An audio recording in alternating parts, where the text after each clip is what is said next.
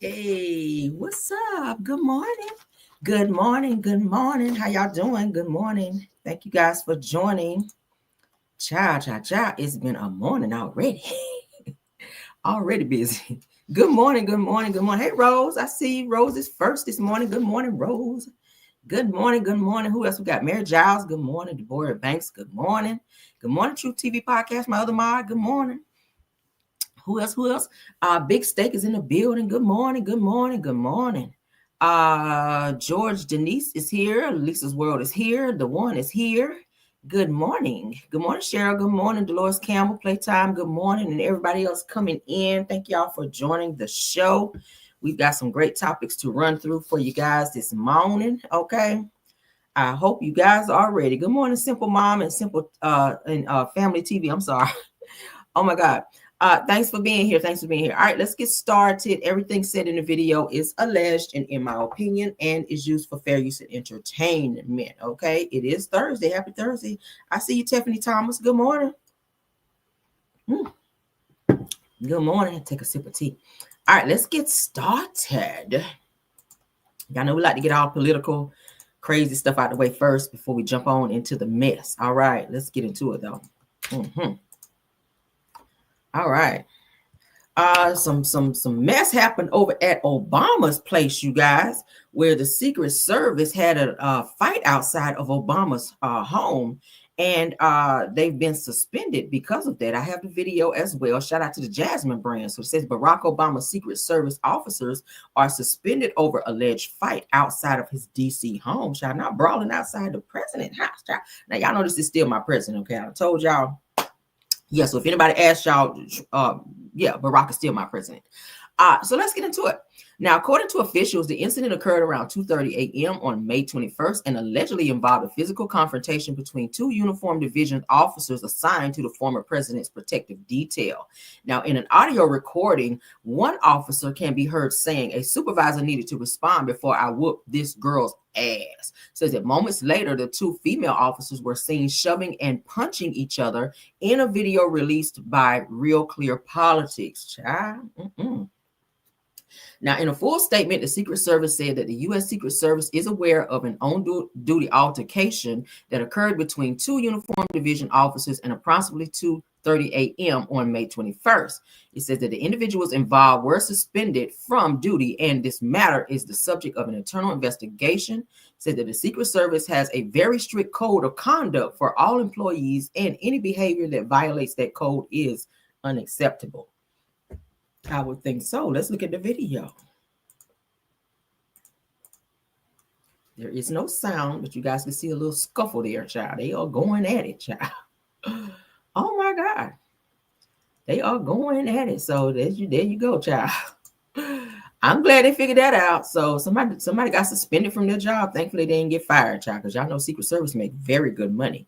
So get yourself together out here. All right, let's move on to some other political information. Child, they had a whole cat fight outside of Obama house. I know him and Michelle like, can y'all keep it down? Damn, can we sleep? It's 2:30 a.m. and y'all out here damn cussing and fighting and carrying on like two alley cats in front of my damn yard. I take that shit to the streets, okay? All right. I'm feeling these crowns in here. I don't know. Somebody was saying it's because how many times did you I guess comment in the chat and they'll give you a crown or whatever just to show that you're engaging. I'm not sure. But shout out to I guess StreamYard for updating their system, honey, and giving out crowns, I guess.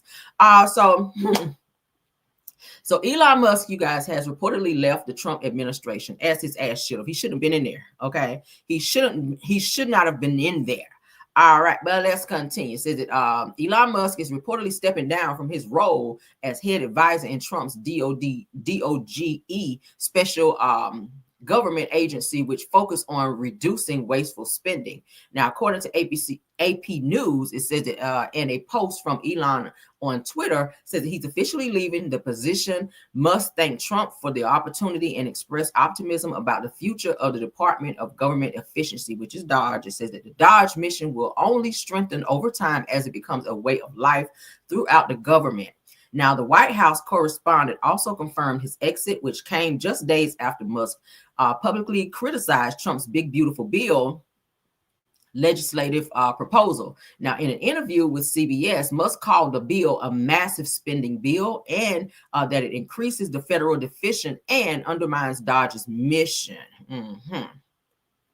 Now, in response, Trump defended the bill during the Oval Office appearance, admitting to some concerns about expressing overall support. Okay.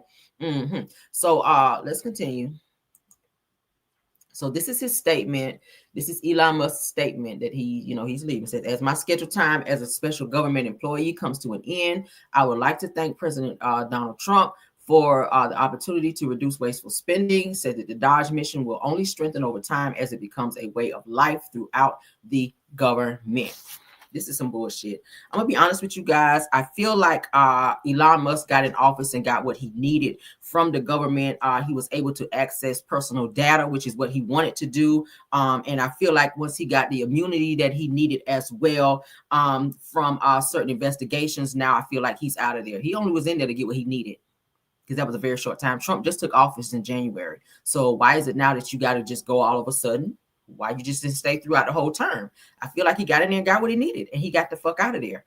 All right. Maybe it's something that he knows is getting ready to come down the pipeline and he doesn't want to have anything to do with it. But unlucky for him, he was used by Trump to come in and move some things around and to help Trump steal the election, I feel, because Trump, not Trump, but Musk, absolutely had the funding to help push Trump into presidency. But he also fucked up his own business in the process. Okay. We all know that. We all know that Elon Musk he's lost a lot of money. He's lost a lot of money in the process with his business, trying to run behind Trump. But that's what I feel like he is doing right now. And I feel like it was a dumb idea for him to even attach himself to Trump, because if anybody knows how to finesse the system, it's Trump. If anyone knows how to finesse the system, it is Trump. So when you have a person who has a fraudulent mindset and loves to finesse people and do things to get around the system, because that's what Trump likes to do. He don't like to follow the system. He likes to go around the system in order to achieve whatever he wants. But it makes it even more exciting for him when he has someone who has unlimited spending, where they can get him to a certain level with their money and not his, so to speak. So that's what's going on with that. I ain't got no more, child. That's a hot ass mess. That's a hot ass mess. His whole company, Tesla, is all fucked up now, where people are trying to give their Teslas away. So he's really losing out. So glad he's out of there. And now we got to get Trump ass out of there too. All right. Impeachment. I speak it in the name of Jesus. All right, let's move on. You got to get out of there, child. Thank you, Trump. Thank you, Musk, for getting your ass up out of there. But Trump, we need you out there too. Shout out Schoolboy in the building.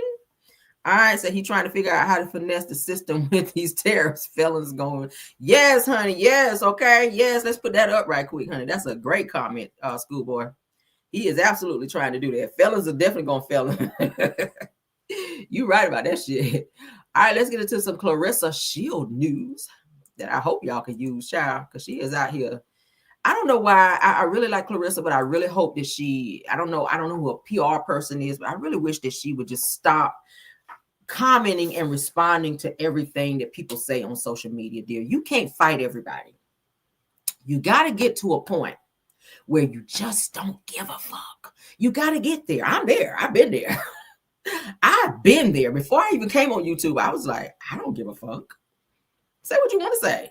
I'll address what I want to address, but it's not going to be every single thing that somebody have to say about me. People say shit about me all the time. I'll be on the internet all fucking day if I responded to everything somebody had to say. And I really wish that Clarissa would get to that point where you just can live your life unapologetically, baby, and just do what the fuck you want and don't care what naysayers or anybody else have to say. It's giving that every time you feel like somebody's gotten under your skin that you got to hop on and do a live and defend yourself and your relationship with Papoose. You don't have to. If you're happy with this person, go be happy. You should be training for your upcoming fight in July. Like, I would not be giving this shit any type of steam, any type of clout, no attention. None. I promise you, because every time you open your mouth, people see just how bothered and weak you are. The more you respond, the more weak you look. The more bothered you look. And people are really starting to see that they're slowly chipping away at this hard exterior that you continue to to display to people. And they're like, girl, you're really not this hard person that you think you are. Like, yeah, you got hands, but you a softie. And nothing wrong with being a softie. Okay, it's nothing really wrong with being a softie, but it's just given that your whole demeanor is that you that girl and you will pop off and you don't really take no shit like that. But then you're real soft when it comes to the things that people have to say, and you really have to get to a point where you don't care, Clarissa. I'm trying to like you, girl. If I'm trying to like you, that's big because I don't really fool a lot of people. But I'm really trying to like you. I like your fighting style. I like that because I love boxing. Anybody know me, watch me, follow me, I'm really so much into that. I also box as well, kickbox. So I like that. That's my area. I like that shit. But what I don't like is the fact that you continue to allow people to put you in a space to where you become this weak ass individual who always got to be like this every time somebody open up their mouth about you. Let's get into what she has to say. I can stop saying that Pappy's dressing me. He's getting my hair done. He's getting my makeup. Like he's putting all this stuff in place for me because he is not. It's the reason why he was attracted to me, and I've been a fly that ass chick since I gotta say 21. I say 17 too. I was good, but no, definitely 21. And now that I'm 30, I definitely be stepping on shit. So it's like, stop trying to say that y'all looking at pictures from back when I was 17 and comparing them back to now, saying like, oh, this is before Pap and this after Pap. No, the first picture that we ever took was with that pink shirt and with those, what I have on, some blue jean shorts. That was my first time ever meeting him, and I was fine as hell then. So, like, I see what y'all trying to do. I see it, but it's just not true.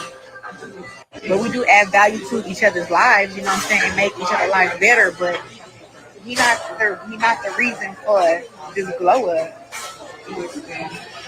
That's all I'm saying. Like, love him down, but no. Come on. And yeah, it's all about how you love yourself. Love yourself for real. Like, when you love yourself, you're gonna look good anyway. Love yourself. People have a hard time doing that. Like, really, like, love yourself, you're gonna look good. And also, when you being a hater, you're gonna look bad too. Oh wow! I'm gonna cover these face. Did he text you back? Call him real quick.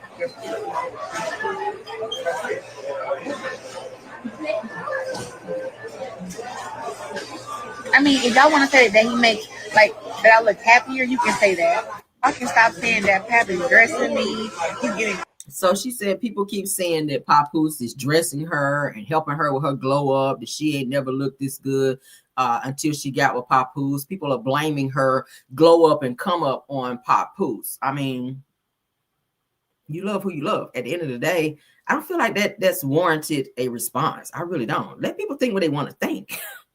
Girl, go in there and get your fight on and go to the bank. That's all you need to worry about. Fuck what everybody else got to say. I keep saying it. Stop. That go for anybody else. Stop responding to people who always feel like they have something negative to say about you or always got to mention you. Stop worrying about that shit. Keep glowing up and keep going up, honey. Do what you got to do and stop focusing on. I really want her to get that. And you really need a good PR person. You need a PR person. You need a stylist. And you really need to get a therapist because this shit is really starting to eat at you. And that's not good. It's really not good. Now, if you want to talk your shit, the game about to come up and you want to talk your shit just to hype yourself up, great for you. But, every other day, child, we just literally got over this shit between Papoose and Remy Ma. I'm seriously over that shit. Like, if they never post anything else again, I'll be fine. I promise you, because that was irritating to me to see them going back. She say something, he go live. He go live, she say something. I was just like, oh my God, can we move on? Because at one point you love this person. Most recently, Remy Ma posted a picture of Papoose without a hat on, showing he got a fucked up hairline. Okay, oh well. You love that fucked up hairline. You stood up there and cried when y'all got married. You sat up there and turned around and had a whole baby by him. Like, stop the bullshit. Why is it that everything that this person, now you hate everything about him when you loved it all when you guys were in a good space? Like, stop it. Stop it. I really, yeah, he do have a fucked up hairline. He really do. His shit is worse than Carlos King's. Like for real, for real. You like spotty dotty up here, like you got some hair right here, but ain't shit over here. It's spotty dotty in the front, but and in the back you got, you know, maybe starting behind the hairline, the hair starts to grow in. But up here, it's giving you been mad stressed out because the shit is like it's real spotty dotty. But at the end of the day, I really wish that they would just move. If you love papoose, y'all move on with your life. And I don't ever want to tell somebody to be with somebody else, man. But until he's divorced, he is still married. But understand and just know, baby, if that's who you're trying to be with, y'all trying to do your thing. He's filed for divorce. Hopefully, the old girl will go ahead on Remy Ma, go ahead and sign off so y'all can move on with your life and be happy and just stay off the internet, girl. Stay off the internet. The internet is not a good look for you. And I don't feel like you are very good with words either. That's what a lot of people keep saying. They think that you're a little slow, a little bit, Clarissa. No shade, because like I said, I'm trying to like you, but I'm just giving you some advice. If you watch my show, I don't know. Maybe dial back on so many videos and our lives trying to respond and make people like you or want to like you or see you in a different light in terms of what you want them to see you as. Because, girl, people gonna say what they want. They're gonna see you how they want to see you. But, you know, give them this, girl, the peace, and then take the other finger down. Okay, that means fuck you. That's what you got to. Peace. All right, that's what I give them. I'm gonna shit. All right, when you know you the shit, you ain't got to explain that. You sure don't. You sure don't, honey. Walk in it. You be like, you see it. That's my attitude. I'm so confident. You can never tear me down. I just be like, people say shit about me. I'm like, okay. When you know you the shit, just walk in it. When you the shit, be like, oh, you see it. I'm so fucking confident. You can never tear me down. Never. It takes a lot. I'm too damn confident. I know I'm the shit. I know I'm the shit. Yeah. Anybody in the chat? Anybody in the chat know that shit? Put a one in the chat if you know you the shit. Let's pause on that. Because sometimes you gotta verify your own shit. Sometimes you gotta verify your own shit. Tell your girl, you the shit. Put a one in the chat if you the shit. Let's do it right quick. Right quick. We'll pause on it. I'll pause my whole show for this. Because confidence is everything. Confidence is everything. Confidence will take you places that other places will not take you. For real. Confidence will take you very far in life. You can be the shyest person, but if you're confident about you and your shit, can't nobody tell you nothing about you. Confidence will get you indoors that you could not have gotten in. I'm trying to tell you. Ciao, bye. All right, let's move on. I see a lot of ones. Yes, honey. Yes, honey. Confidence. Get your head. Keep your head here and keep your eyes there. All right. And the haters, they gonna always be here. It's called tunnel vision. Keep your eyes here, honey. Hopefully the bank is at the end of that tunnel. Make your money, honey, and child, fuck the haters. That's how I feel. Everybody hoes. All right, moving on. I see the ones. Keep them coming, honey. Keep them coming. If you know you this shit, honey, yes, God. All right, moving on. I thought I moved this down, but let's go ahead and play this.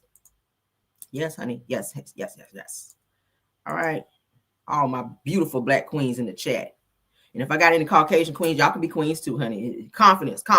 Keep your confidence up, baby. Don't let nobody tear your confidence down. All right, keep it up. I keep mine on 1,000, honey.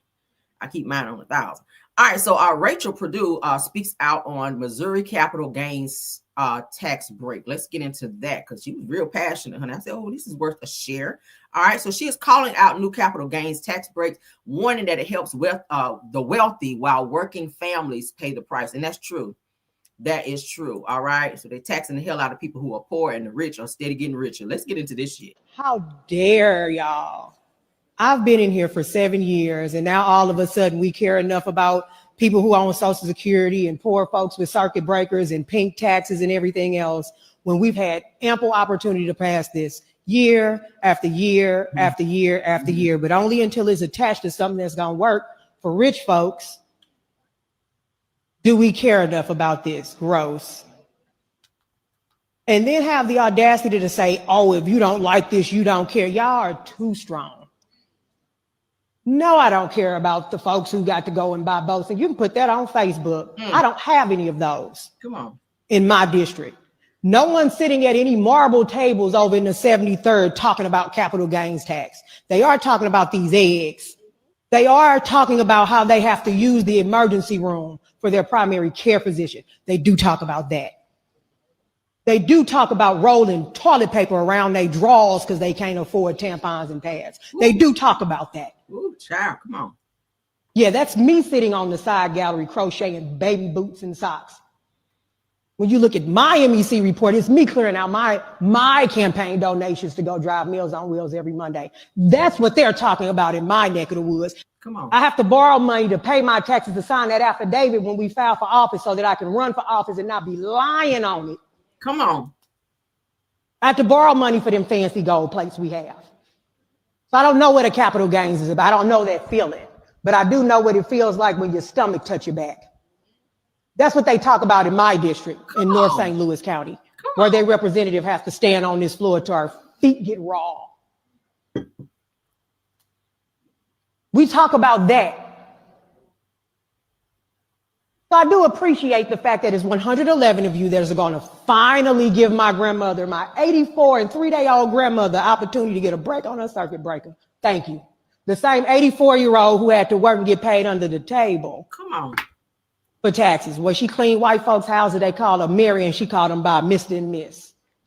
Those are the people I have in my district. I don't have the people who sit up and concern themselves with what boat they get to buy this year and what vacation they get to go on this year. Come on. They make bologna sandwiches and fold the bread in half so that they can feed their grandkids when they come from school because they can't afford child care. Those are the conversations we have in my district. Come on. So for all the monopoly men on the other side of campus twiddling their rich mustaches and top hats talking about capital gains vacations and what their constituents talk about at their table, I love to be invited for some so I can cosplay wealth. Come on. I can't even swim, as you all probably have guessed, by my skin color. I don't care nothing about no boat. Come on. Just pass the bill and stop trying to act like it's us over here when it's been you all the whole time. How dare y'all? I've been in here for 7 years. Baby, when I tell you she is so, this is Jasmine Crockett part 2, okay? 2.0 right here. I love this.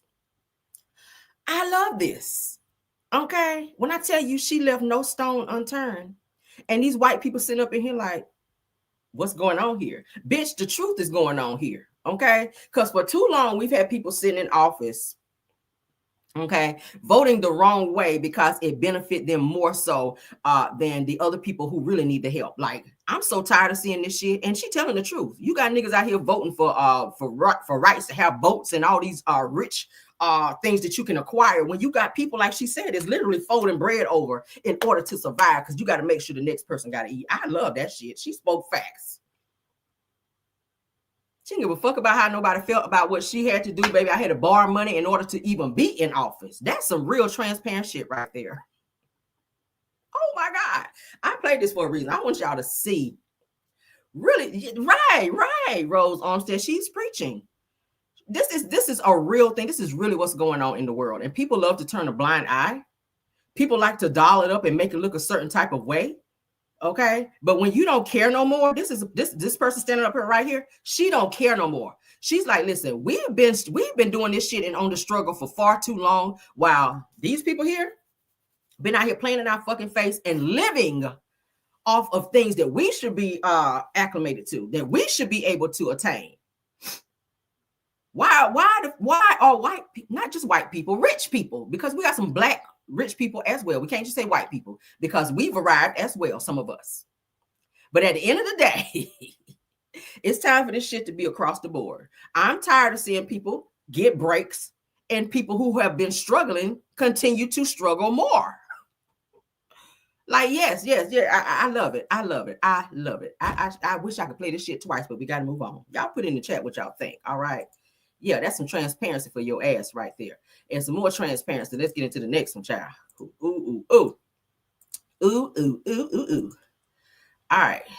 Let me take that down. Thank you so much, Schoolboy, for that comment, honey, because that was giving. Okay, let's move on, honey. Baby, she told what needed to be told. You hear me? I love when people speak from the heart, honey, and you don't care what nobody else think or how they looking at you. She was like, baby, I'm about to go for what I know, and I love it.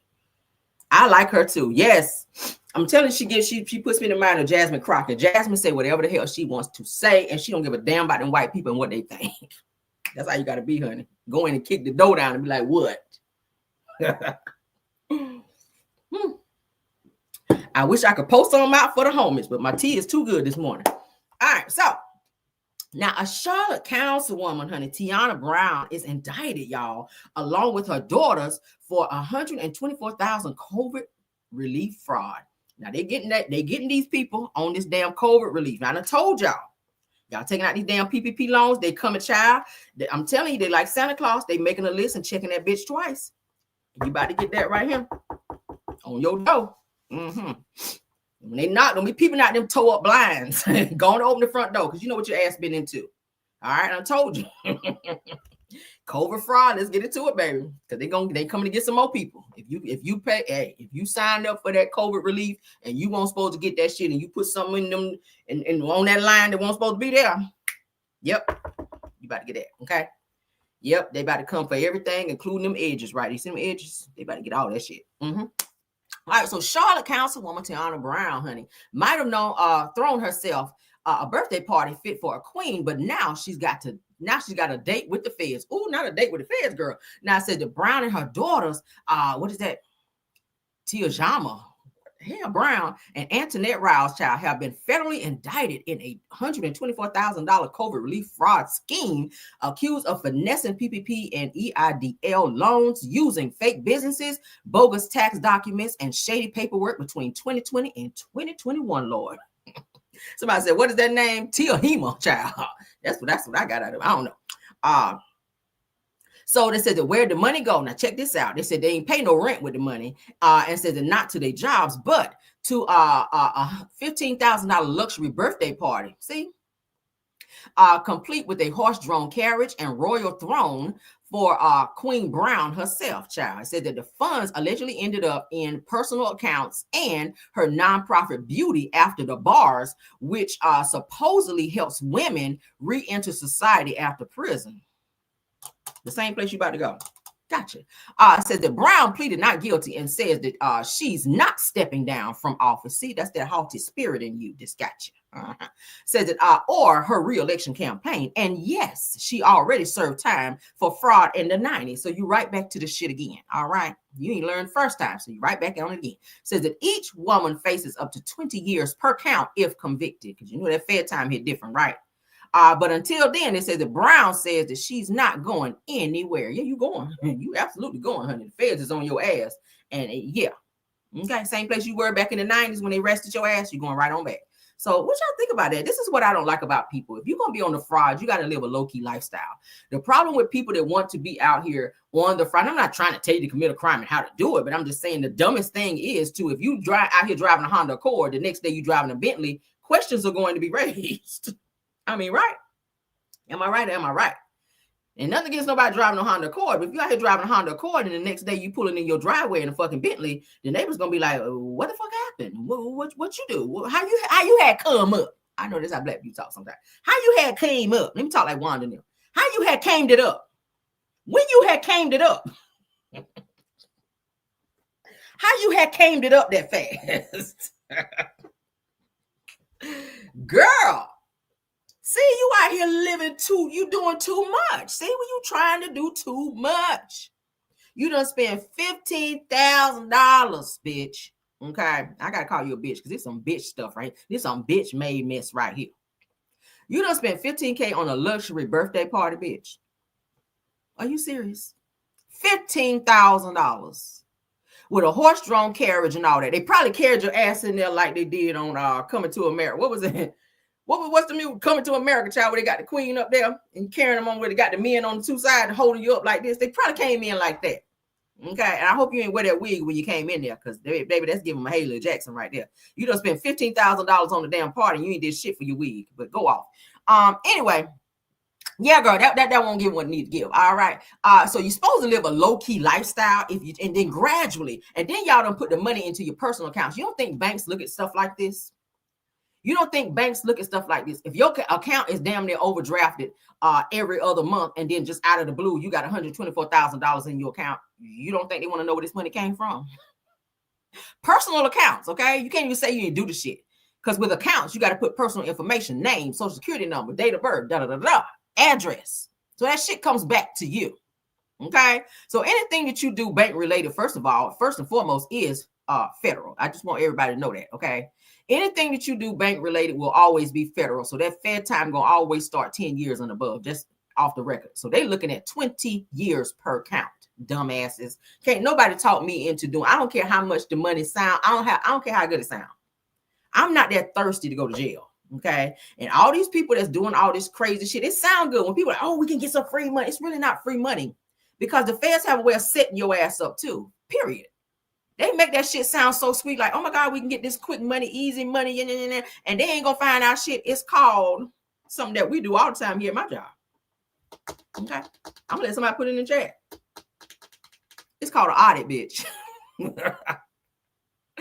I've been in so many audits and we catch shit. I'd be like, the fuck is this? Okay. It's called an audit. Banks have to do audits. Companies have to do audits. Okay. Yeah, they do. They do. And they catch a lot of shit that they should not have. And they got to get that shit right. They got a certain amount of time that they got to get that shit right when they do these audits. The feds, they watch this shit. Okay. And just because they ain't came to get you now don't mean they're not coming to get you. It's a process. It's a process because the feds, they're going to win most of their cases anyway that they get. It's called a process. They're building a case against you. They're sitting back and they're watching you, how you're spending. They're like, okay, yeah, go ahead and spend it. Oh, you spent $15,000 here. All right, great. All right. Document that.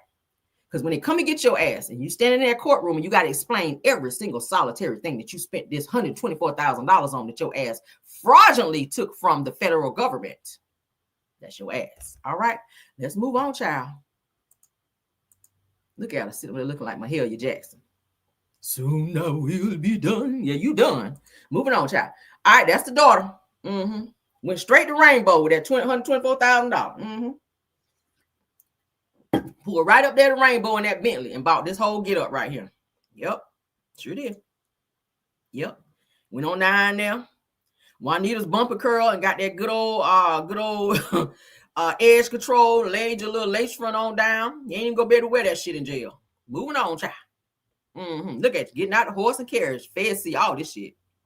Got on your little prom gown and your little beads and your little horse ponytail right there. Y'all, let's go on and look at this. Look at her climbing her ass on up in there. Look at you, girl. Feds, y'all see this? Look at me acting like a Fed informant. Feds, you see this? Somebody said not the 27 piece. Girl, that's a 36 piece right there, girl. It's about 27 right there in the front of the bangs. That's about 27 pieces right there in the bangs alone, girl. Climb right on in there, girl. You've been climbing right into that damn police car right after that. Yes, you will. Yes, you will, girl. Ooh, people, y'all so stupid. Ain't no fucking way. Ain't no fucking way. Let's move on, though, child. Y'all be in a hurry to go to jail. I ain't got time. I got too much shit to do. But let's move on, child. Let's talk about Kandi daughter, child, Riley. Now, a lot of y'all remember Riley from when she was a little girl on Real Housewives of Atlanta. She really didn't talk much. But now that she done, grew up and she done had a little weight loss, surgery, I think, or some Ozempic in her life, she's got a little confidence now. So Riley, she talking now. All right. So Riley done told these people out here that her mama, Kandi Burrus, done told her, hey, you done graduated now from law school. Now you got 1 year. You got a 1 year deadline after graduation before I'm financially cutting you off. Okay. What y'all think about that, parents? I feel like Kandi is definitely, now do I think Kandi's going to do it? I do not. Riley is her baby. A lot of times people tell their kids, now when you get old, when you graduate high school, you got to move out. Okay. You got to give your kids a chance to get a plan. 1 year is really enough time. So she is letting Riley know, I don't want you just graduating and then just sitting around thinking, oh, mom is a millionaire, so I don't really got to do shit. I did what I came here to accomplish, to go to school, and that's it. I just came to dance, and that's it. But she's giving her a roadmap in order to make her own way, to make her own. So I get it. My parents were that way with me, okay? My parents were that way with me. You go to school, do what you got to do, figure out what you want. You got to figure out something. You're going to work or you're going to go to college. Okay. So you got to give your kids some type of roadmap in terms of what they need to do and give them a deadline, or they will sit on it forever. They will take forever to figure out what they want to do. And you look up and they be 30 years old, still staying in your fucking basement, trying to figure out what they want to do. Down there playing fucking PlayStation, still saying, I don't know, I might go to college tomorrow. I don't know. I was thinking about taking some courses, online. I don't know yet, mom. I get it. But do I think that she's going to cut Riley off? I don't think she's going to completely cut her off because, hell, she's still taking care of Joyce, her mama, who is a whole gambler out here. Okay? I don't think Mama Joyce going to let her damn cut Riley off because, you know, Mama Joyce love herself some Riley. Riley is like Mama Joyce's baby, her other baby, okay? So I feel like Mama Joyce might be pulling up in the hover around and getting in Kandi face and trying to fight her like she tried to do her friend when Kandi and Todd was about to get married. If she tried to cut Riley off. But I just want to say I am proud that Riley did move to New York and she did go to college, child. I know she went for law to graduate to be a lawyer. So that's a great thing. That's a great thing. And I feel like Kandi pushed her in the right direction. Now, I ain't like when she moved to New York at first. The girl didn't even know what ice trays were. That's just how privileged she is. That's some privileged shit for your ass. She was like, well, who's going to come in? She, you know, Kandi was helping get her an apartment. Riley's like, who's going to clean up my apartment? And who's going to clean this? I was like, bitch, you. The fuck? You. Okay, you going to clean it up. The hell? Yes, your mom is a millionaire, but girl. But who's going to wash my clothes? That's how she talk. Because she been hanging around all the white people, child. That's what all her friends are white. So now she talk white, child. Okay. Who's going to clean my apartment? Who's going to wash and fold my clothes? Kandi say, you going to do it. Okay. We get no housekeeper. No, ma'am. I'm already paying for this fucking apartment. You know how expensive it is to stay in New York for an apartment? And I'm pretty sure it's a luxury one because Kandi ain't going to have her daughter stand in the hood. Girl, let's get into it. So shout out to the Jasmine Brand, Real Housewives of Atlanta alum. Kandi Burrus is laying down strict ground rules to help her daughter Riley achieve financial independence. I love that. Okay. Now, in a sneak peek from Bravo's upcoming reality series, because she is going to be on a new reality show, Riley. Okay, it's called Next Gen NYC, premiering June 3rd. I might check it out just to see what's up. Kim Zolciak's daughters are on there as well. For those of you that want to know, if you care. Because I don't. Now, Riley opens up about life after graduating from NYU's music business program, okay? And the pressures that she's facing now that her financial support is on the countdown. Now, they're saying music business program because I know Kandi was saying her daughter was going to school to be an attorney. So did she switch her major? And I ain't know about it? Oh, go on. Now, the 22-year-old reveals that while she has big dreams of making it in the music industry, just like her Grammy award-winning mother, says that known for decades of success in music, reality TV, and more, Kandi has given her a one-year deadline before cutting her off financially. Now, Riley admits in the teaser, she says, I feel stressed and on a time crunch. She says that it's big shoes to fill. Said she always agrees with a castmate's remark that the pressure is definitely on. So what do y'all think about Kandi giving Riley a 1 year cutoff for her to figure out what she needs to do? I'm surprised she switched her major because the last I heard she was going to law school to be a lawyer. So she changed it to do something in music, which that could also be beneficial to her because of who Kandi is, because Kandi does know a lot of people in the music industry where she can definitely put Riley in positions to kind of help push her career if she's serious about it. I know in the clip that I did see for the upcoming reality show, she was saying that she wanted to be like a professional DJ. Professional DJs make very good money. So that's what she wanted. I would hope you would be a lawyer. Okay, but DJs, they do make good money if you can get into the right circles and settings. All right. They make very, very good money. So shout out to Riley. She's not out here doing like Kim Zolciak's daughter's child out here on probation with mugshots and DUIs and shit like that. Riley seems to be focused. Okay. She's just a little bougie, privileged little girl. Well, not little girl, because she's kind of grown now. She's 22 now. So it's weird to see her being 22 after seeing her on the show being little Riley with a little ponytail. So she seems to have a plan with her life. So we'll see what happens, child, if Kandi keeps her word on that. Did any parents in my chat, did you guys have that for your kids? Give them some type of expectation or a deadline after they graduate high school to figure out what it is that they want to do in the direction they want to go in their career and in their life. Okay, because you kind of got to put the fire under them or they'll become lazy after graduation. You really do. I'm gonna do the same thing with my son. As soon as he can get a work permit, I'm gonna let him work. For real. Because I don't want him sitting around being idle, because then that's when kids get into shit. The more busy you keep your kids, the less trouble they'll get in. That's how my parents kept me. I went to college and I worked. I love earning my own money and having my own independence. And as soon as I got me a good job to do, I got the fuck out and got my own place because I was tired of having curfews. I wanted to do what I wanted to do. I've always been headstrong. So to get my own place, that was everything. I had my own place, my own car. I had a job. I went to school. I did everything I needed to do. And my grades were top tier. So a bitch was out here. Okay, on that. But this shit was hard. I really couldn't hang out with my friends a lot. I missed a lot of parties. But when I look back on it now, I'm like, who gives a fuck? Because look at my life now. Not that, I'm not a millionaire, but I'm doing very well for myself because I was pushed into the right direction and I had expectations. And my parents didn't allow me to just be out here just doing shit. I couldn't even bring a C home. A C, even though C was passing, y'all. That's just how strict my parents were. I look at kids these days, I be like, bitch, how y'all bringing F's home? I couldn't even bring a C in the door. That's just how my parents had me up here. Like, no, you got to study. Get that C up. Get that C up. No, get that C up. I'm serious. So push your kids. That's all I'm saying. Everybody raise their kids different. I'm not telling you what to do and how to raise your kids, but you got to put some fire under them, especially after they graduate high school, because they will sit around and not do shit. And you look up in 30 years, honey, they be 30 years old, still living in your house, putting their name on their orange juice. The mama don't drink this. I went out to eat last night. Y'all don't eat my food in the refrigerator. Meanwhile, I'm paying for the damn electricity to run the refrigerator to keep your shit cold. Go figure.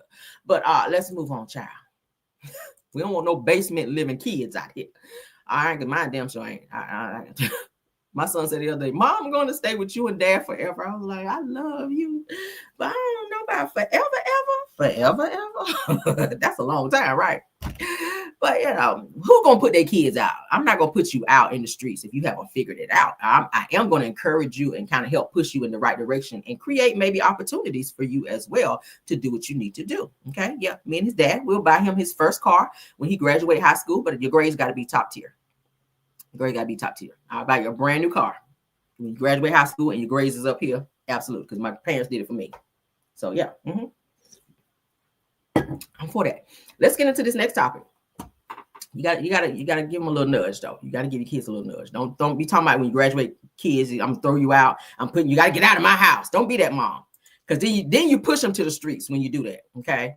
You push them to the streets because that shit is scary. It's very scary to the expectations for them to be too high and the goals to be unattainable. You don't want them to be out there just doing shit in order to make ends meet. Okay, committing crime and shit, breaking in people's house. Say, oh shit, you can go steal this right quick so I can pay the rent next month. You don't want that. So let's push them in the right direction. Shout out to Kandi Child for giving Riley that. Let's move on. All right, so have you guys ever gone out to a restaurant and your food portion was not to your liking and you felt that you didn't have to pay for the food even while you were still eating it? That's what this woman here did. She went to a TGI Fridays, okay, and she left without paying for the food because of the food portion, you guys. She was complaining about the food portion. She was, I think, eating ribs, and the ribs looked very small, like that, it was a mess. Let's get into it. I'm gonna let y'all watch. Was I in the comments trolling? Absolutely, because that's where I reside. All right, let's continue. Guys, so I'm here at TGI Fridays. I actually just want to know what happened to TGI's. Look at the size of the roast. My dad actually used to bring me here monthly, and it was banging. No, is this a kid's meal or what? Did I order the wrong thing? I just need a member of staff, to be honest. I'm about to eat this entire meal for free. Excuse me.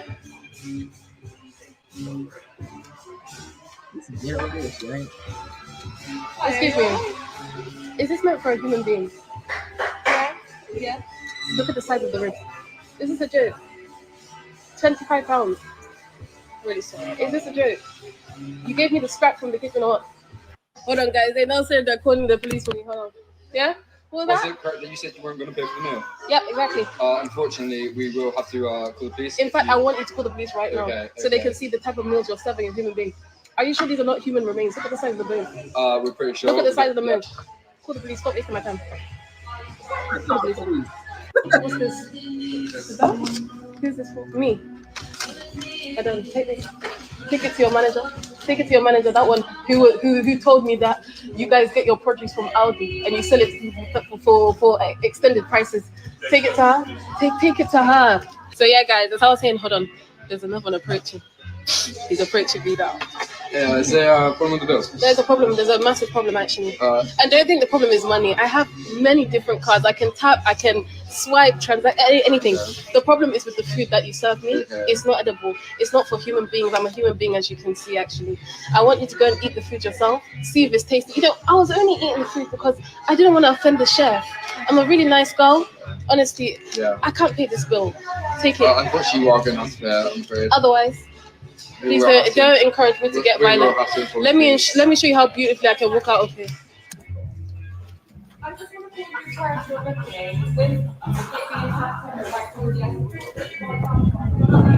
Are you mad? Who are you threatening?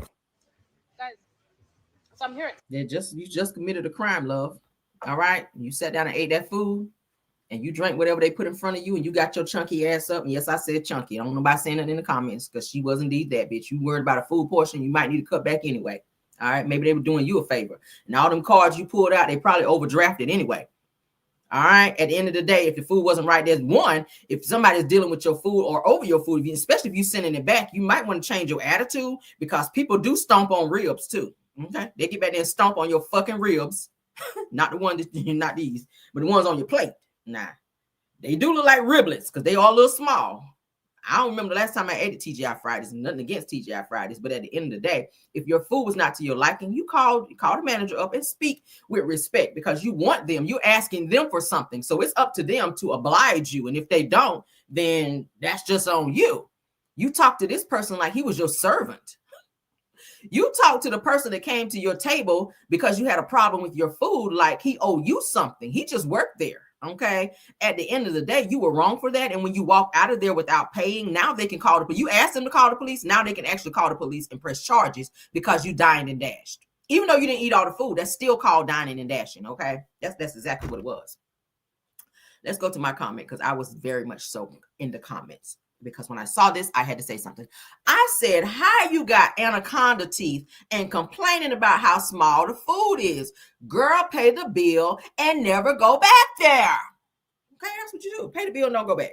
If TGI Fridays ain't giving you enough food, go somewhere else. But pay your tab there first because you don't want to go to jail over some food that you really didn't get to finish anyway. All right, it's really not that serious. It's not that serious. Now you're on camera inside these people's establishment. You're arguing with the staff and your face is everywhere. So all they got to do is call the police, say, hey, this is her right here. You're going to be on the news. Somebody going to recognize you, turn you in for that reward money, and your life is fucked up. All right, moving on. We need a jam session. I see my mom's telling me we need a jam session. Let's get it, honey. Let's get it, honey. What the likes looking like? We got 240 watching me, and I think some people sitting on the likes. All right, let's get the jam session in before we move on because y'all tripping, okay? Let's get the jam session. Hold on. Hey, let's get the likes up, guys. Hey.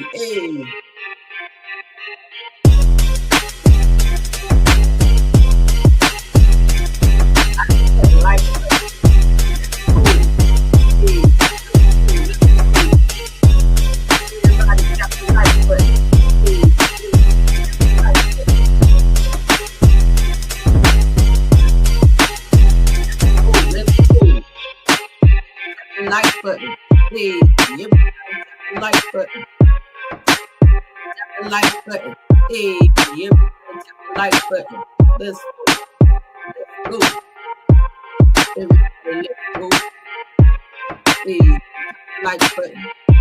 Tap the like button. Hey.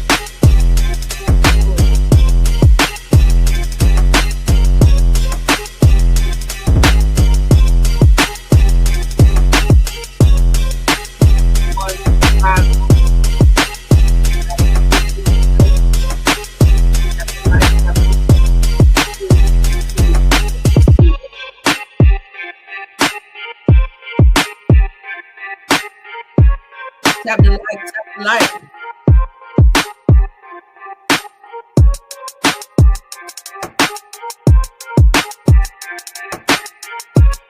How we looking, Mod? Update. Can we get an update?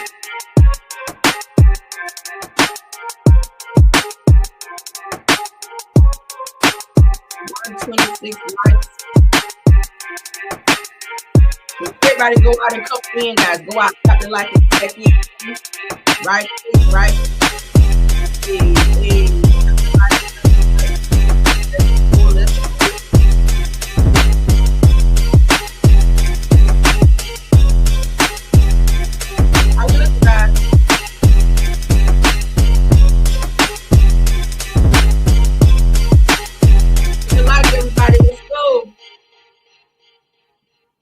Hit the like, hit the like, hit the like. Let's go.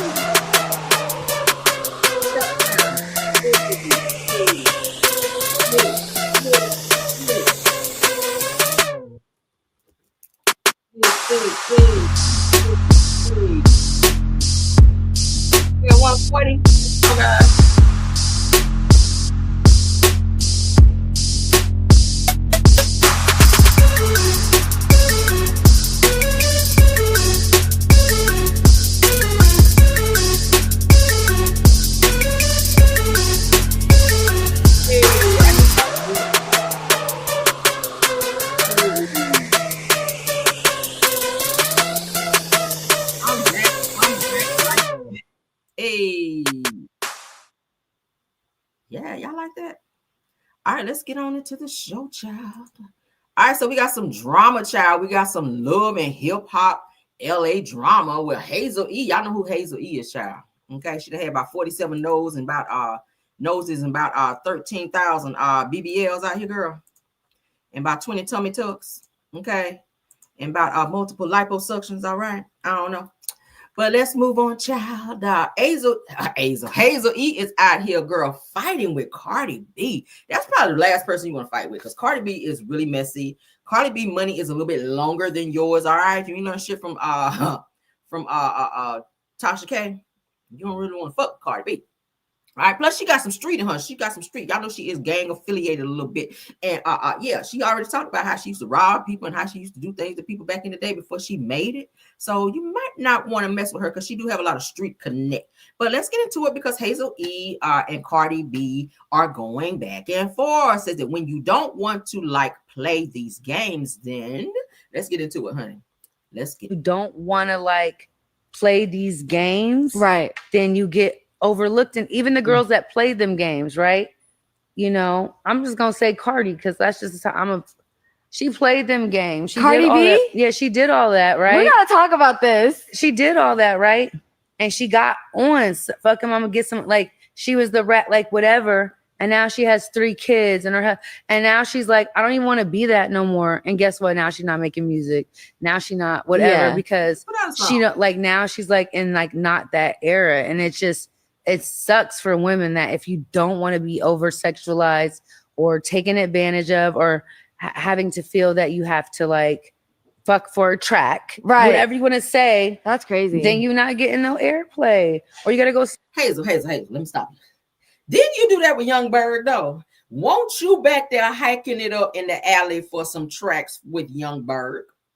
Weren't you bruising your knees, okay, and deep throating some things for some tracks, okay, with all the tracks in your hair as well? Girl, why you calling Cardi out? If anybody was the roadmap to I Made It from reality TV, it's Cardi.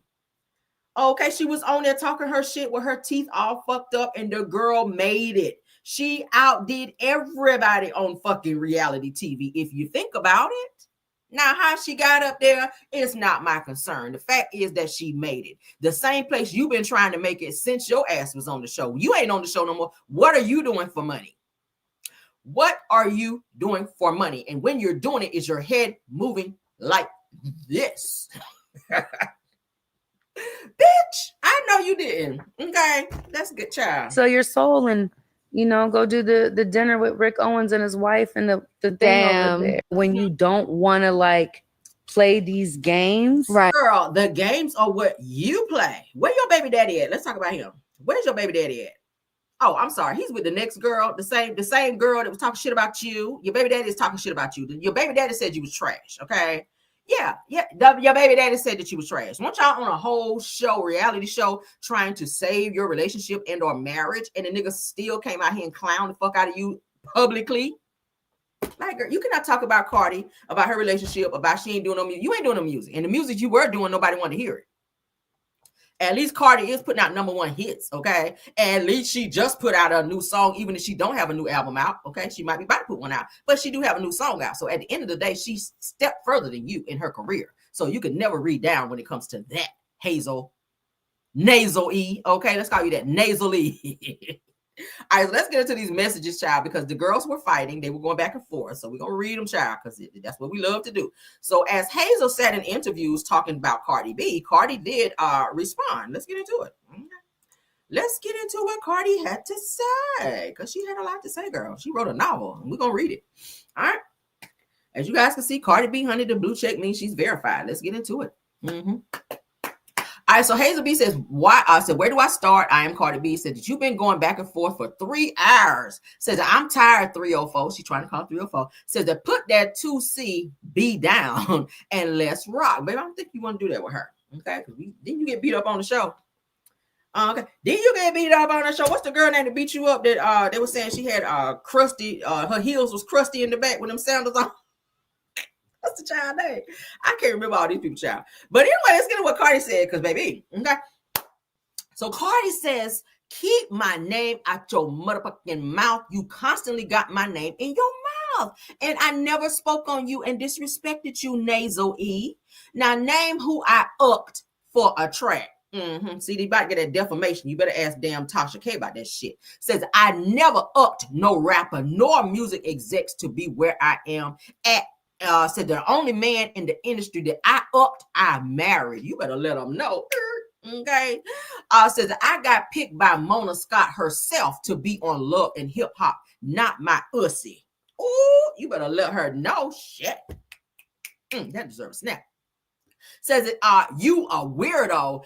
Feel a certain way over a kid's birthday. You think that I copied you, miserable ass biatch. Said the fact that I asked surgeon made to help you when you almost died in Turkey. Said I see why shit happens. I see why shit happens to you.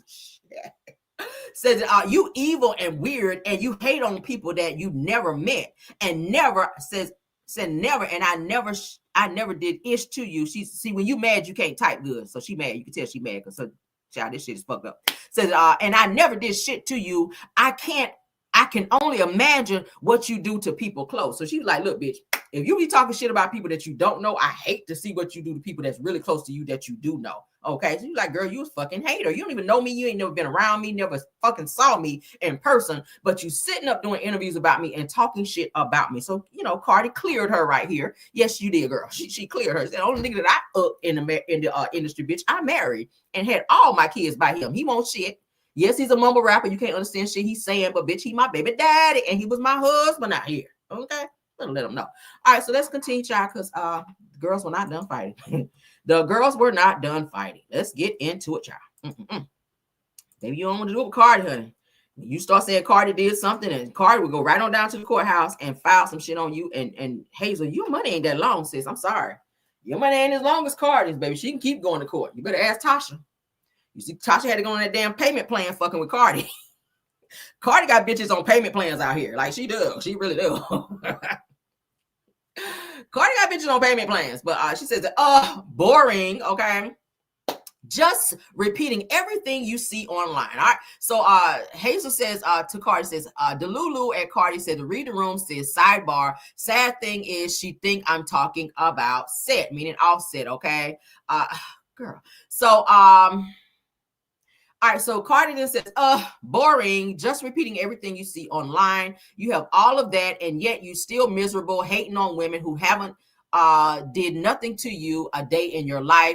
Like, please go on with yourself. This shit is dumb. It really is dumb. All right.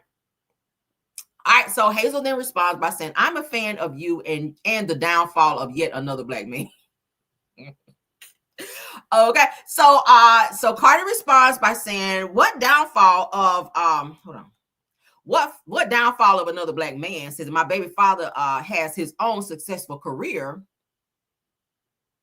And new nigga still in the league. Okay, and my new nigga is still in the league and finna have a great year. So who falling? Ooh, girl. Meanwhile, your baby daddy ain't doing shit. Okay, Hazel Nasal E. Girl, okay. So as y'all can see, Cardi new man Stefan Diggs, he did get in a little trouble because he was out there on his P Diddy bullshit out here with the pink Coquiana in his hand, and they caught it on video, and now they are doing some type of investigation on his ass. So Cardi, his career might be about to take a leap somewhere else. Okay, so you cleared her, you did clear her, but we gotta wait till the investigation is over to see if your read was a good clear. If y'all get what I mean. Oh, she cleared her. She really cleared her. I don't understand why people who don't really have shit like that be wanting to fuss with people who do, but go off, girl. All right, so here's Nasal E child trying to show all the things that she's acquired, probably most from her back, from laying on her back. I don't know. From laying on her back with her mouth open real wide. Okay, yeah, you probably had some golden showers while you were achieving these things as well, because that's the new thing out there. I don't know. But yes, girl. So what if you have big rims on your car? They're probably rented or leased. Okay. Yes. So what, girl? If you got 2 cars, I hope you can pay for them. All right. Glad that you're doing well since your baby daddy, your husband walked off and left you to be with another girl who he knocked up. I'm glad that you're doing well. All right. But don't mess around and be on a payment plan fucking with Cardi. That's all I gotta say. Move on. Oh, we can't move on because they're still fighting. Damn, I thought we were done with that. Let's move on to the next thing because they're still fighting. For those of you that still care, I stopped caring the last one, but let's continue. All right. Says the Chew Kaiser. This is what Cardi is saying. Cardi is in the black. And of course, in the purple, there is Nasal E. So Cardi then says, you Kaiser didn't have nothing to do with me in the beginning of my career. Says that they didn't start coming around till after Bodak went #1. All right, that was a great album. Says that I got invited by Remy Ma herself. Said that just like Young Ma, who is friends with old girl, said that she didn't know nothing about that either. Bitch, you sound like a fan. Okay, says it boring. So we read that one. All right. Man, my baby father has okay, yeah. So we read those. So we just missed that one, but that's it. So that's all they had to say. So we already read what she was saying. What? So you just repeating everything that you know. Says that I'm a fan of you and the downfall of yet another black man. So we read all of that. So they are fighting, child. I really hope they figure this out because listen, this could get very, very ugly. I hate to see our black women subjecting themselves to this level of petty. Even though I like petty, I love petty, but sometimes it can go too far to where somebody can get hurt. All right. Y'all know this rap beef sometimes can really go to the street, can go street sometimes. When you got somebody that's from the streets, Hazel, you don't know nothing about that life. You really don't. You really moist in that area. So I really wish that you would pump the brake, girl, and sit down somewhere if you can, because we never know, girl. You do stay in the plastic surgeon's office, re-upping them ass shots. So if you can sit down somewhere and chill out, please do that. Okay. Or go lay down, girl. Lay on your stomach. Lay down, sit down, whatever you can, girl. Lay on your side and reflect on life and why you fucking with somebody that can really put 4 knuckles across your dome. All right. Let's move on.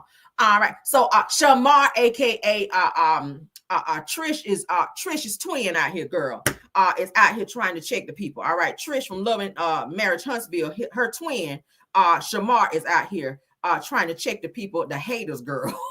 So Shamar Marco claps back at the haters who are spruing that his chain is fake. So he done ran out here, child, because he think he made it, and then got him an Amazon chain. And he's letting people know, look, even though my chain came from Amazon, it's almost fake. I mean, almost real. So he says that what's fake about it? Everything, girl. Says that they just mad that they can't do it like me. What are you doing? What is it that you're doing? Yeah, I better clock that T, clock it. You better clock that T, clock it. Okay, that's what you're doing. You get on my fucking nerves is what you're doing. Let's go ahead and play this shit. All right. Maybe somebody is fake. This change fake. But last time I checked it's real. Let me take it off and let y'all see. Yeah. Hold on. What's fake about it? Everything. This shit is heavy as fuck. This shit is real as fuck. And then they got my name, Bit Marco. Okay. I like it. I love it. Okay. They wish they could do it like me. That's the real guy. They wish they could do it like me. My supporter actually sent me this. She made me a whole chain because I got a booking in New Orleans on June the 7th. She mad because they mad because I got real support that really support me. And my supporter actually sent me this chain. She made this chain for me. And she let me know that she made the chain for me. She said, when I come down there, she gonna give me the chain. But then I ended up telling her, okay, well, just mail it to me. So that's what she did. She mailed it to me. They wish they could have support that could actually fuck with them. Come on now. Make it make sense. Please, please, please, Lord. Maybe somebody is fake. Why must I be a part of these shenanigans, Jesus? Okay. Just because your chain is heavy don't make it real. I can tell that shit is fake by the way it sound. Okay, it sound a little fake over there. All right, if you want to prove your shit is real, if you want to show that this very, go back there and get that slip that you got from the jeweler and show how much you paid for it and put it up to the screen like that, and then we might believe you. Okay, if Amazon print those out. Yeah, okay, nigga, you ain't proving nothing to nobody, and I like it, and it's real. Prove it. Okay, prove it. Where you get Jacob the jeweler? Don't they give out slips when you buy shit from them? They do. Especially if you spend a lot of money, they give you a little slip over here, and at the bottom of that slip show the total that you up and pay for it, and it's gonna have a description of what your chain is and how many carats it is. Okay, like yeah, let us know. Okay, that you in a vegetative state over there on your receipt. Okay, let us know. All right, so let's play this one more time because he really up and played us, and he played himself a little bit, trying to up and say that his damn thing was real. We could tell it's fake. Like, nigga, no, I get you trying to have the look because you want to be out here on this shit. Team clock it. Nigga, clock this. Okay, your shit is fully fake. Okay, it's fully fake. All right, now I'm about to go on Amazon and see, do I see the same fake ass Cuban link that your ass has got around your neck? Because that's what it is, a fake ass Cuban link. And I could tell it sounds like a dog chain. That's what it sounds like. Okay, I got dogs. I got 2 downstairs. Yeah, it sounds like a dog chain with a with an emblem on it. That's what it sounds like. Let's play it one more time. Chain fake. But last time I checked it's real. Let me take it off and let y'all see. Go right Hold there. on. A fake ass dog chain. That's what it sounds like. What's fake about it? Everything. This shit is heavy as fuck. This shit is real as fuck. Dog chains. And then they got my name, Bit Marco. Okay. Okay. I like it. I love it.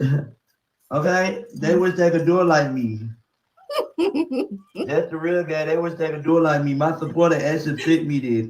She made me a whole chain because I got a booking in New Orleans on June the 7th. She mad because they mad because I got real support that really support me. And my supporter actually sent me this chain. She made this chain for me. And she let me know that she made the chain for me. She said, when I come down there, she gonna give me the chain. But then I ended up telling her, okay, well, just mail it to me. So that's what she did. She mailed it to me. They wish they could have support that could actually fuck with them.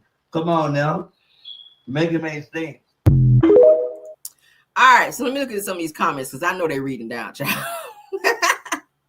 This person said, Shamar, I love you so bad, man. He said, let him enjoy his chain. Said, some people, y'all just gotta let them just let them have it.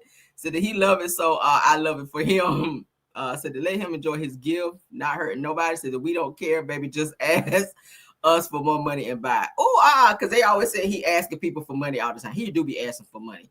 But my thing is, why if you spending this much, because in the real world, all right, a chain like that gonna cost you about 60 racks. Okay, that's about 60K for those of you, my older people. Okay, I know y'all don't know street lingo, so about 60 racks gonna run you about 60,000 or up. All right, for something like that, just for the little emblem alone, gonna be about 60,000.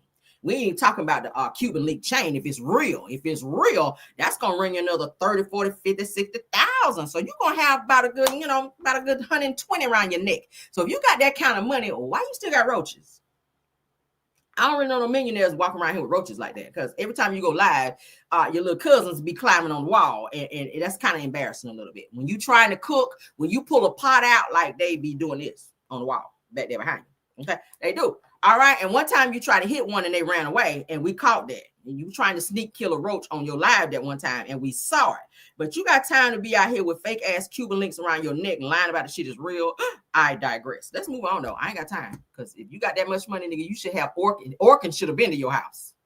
For real. You got a little cousin, child. Little cousin be on the wall like that. Can we get in your live too, Shamar? Niggas just be climbing up the wall like, is it our turn yet? Is it our turn yet? Oh no. Okay. His roaches be like, can we get in yet? It's our turn. Like, damn, do you tap your roaches in when it's time for you to go live? Like, tap, it's time for y'all to come in too. Nigga, because they be out. I'm like, is that a roach? This nigga just talking like he do not see this roach on his wall. Like, what is this? Oh my God. I be like, shit. Oh, I be like, let me get off this live, child. I want your roaches to come through on my damn thing. I don't got no roaches over here. Don't do that. That mean you need to clean your house up. I here with a fake ass Cuban link talking about child. All right, but anyway, I mean, I ain't never seen when P. Diddy went live. I ain't seen no roaches on his wall. That's all I know. But go off. All right, so we kind of aired out Britt Edie yesterday about yeah, roaches want to be viral too. Ain't shit wrong with that, child. Roaches want to be viral and be viral, child. I ain't trying to stop their shine. Apparently, he ain't either. So who am I? Who are me? Like Andrew Caldwell said, who are me to judge? Andrew Caldwell said, who are me to judge you? That is some stupid shit. Oh my God. Who are me to judge? All right. Who are me? I ain't never heard nobody say that. I said, who are me? Okay. All right, so Britt Edie, we talked about Britt Edie yesterday from Real Housewives of Atlanta. Y'all know she is new this season, all right? But apparently her money ain't right. She ain't, like I said, you ain't been on your knees enough to be on the show and be having events yet. Maybe let the other girls who've been on the show a little bit longer have events, and you just come to them. Because apparently you just out here having shit, and you ain't have no food there. You ain't have no paper for your gifts when you gave them the gifts, and they pointed that out. You couldn't pay for your venue to have a private setting for your party. It was a lot of stuff. So the woman named Bella, and I just remember because my dog named Bella, so I just know it off the top of my head. So the lady named Bella, who was the event planner and all of that, who put together your decorations and all that, she has come forward to show her receipts. Now I talked about it a little bit yesterday, but now I want to read her receipts just in case we missed something, okay? Because when we airing somebody out, we got to put all of it out there, okay? It said Diddy had baby oil on his wall. Oh, so that the roaches couldn't climb up because it was too slippery. Gotcha. Schoolboy gonna always set me straight. All right. So Diddy tried to have roaches, but it was too much baby oil over there. So the roaches couldn't climb up because it's like a slippery slope over there. Okay. All right. So yes, let's get into these damn receipts, child. So it says that Britt Edie's event decorator, Bella, honey, is speaking out, baby. And ain't nothing like a good speak out when you put them receipts with it. That's why I love receipts, girl, because you cannot debunk receipts. Let's get into it. All right, so on my screen here, down here in the green shirt, is Bella, the event planner, in case you didn't know. All right, for those of you that don't watch Real Housewives of Atlanta.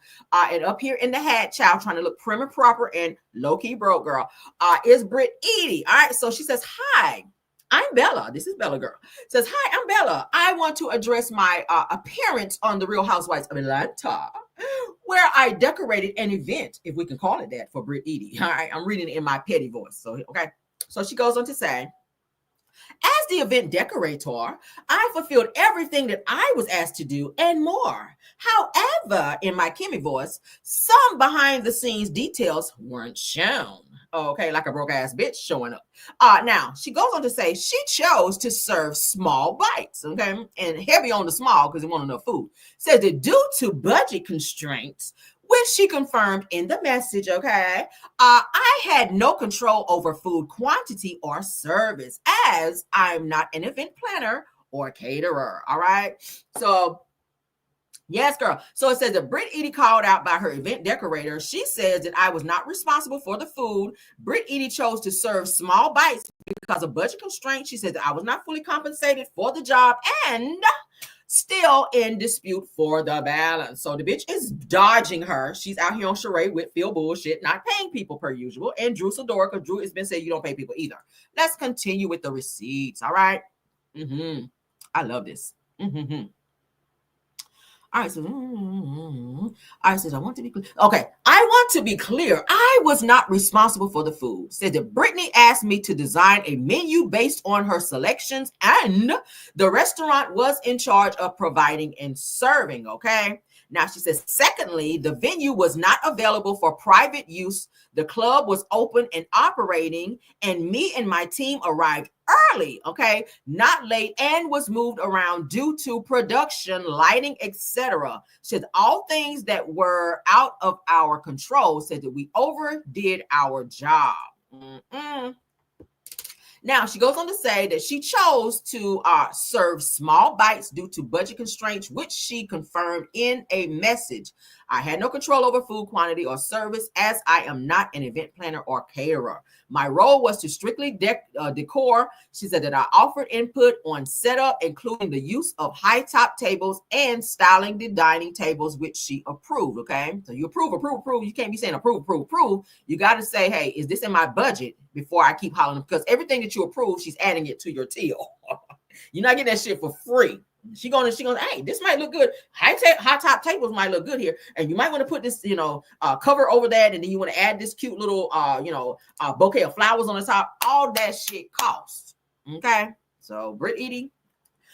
So she goes on to say, lastly, any claims that I overcharged or misled anyone are false. I wasn't even fully compensated for my job and was still in dispute about my balance. She said, there's a clear difference between an event decorator and an event planner. Confusing the two unfairly shifts blame. All right, hashtag Real Housewives of Atlanta, hashtag ATL, hashtag event decor, hashtag Flores. Okay, let's continue. All right, so the ladies was unimpressed by Britt Edie's event. Said that no food for the guests. Said I was embarrassed for her because they said already on the show, honey, if you come to an event, it's supposed to be upscale as such, and you invite people to your event and you ain't got no food and the decor suck and all that, people are gonna talk about you for a very long time and probably not come to your next event because people want to, especially while they're waiting.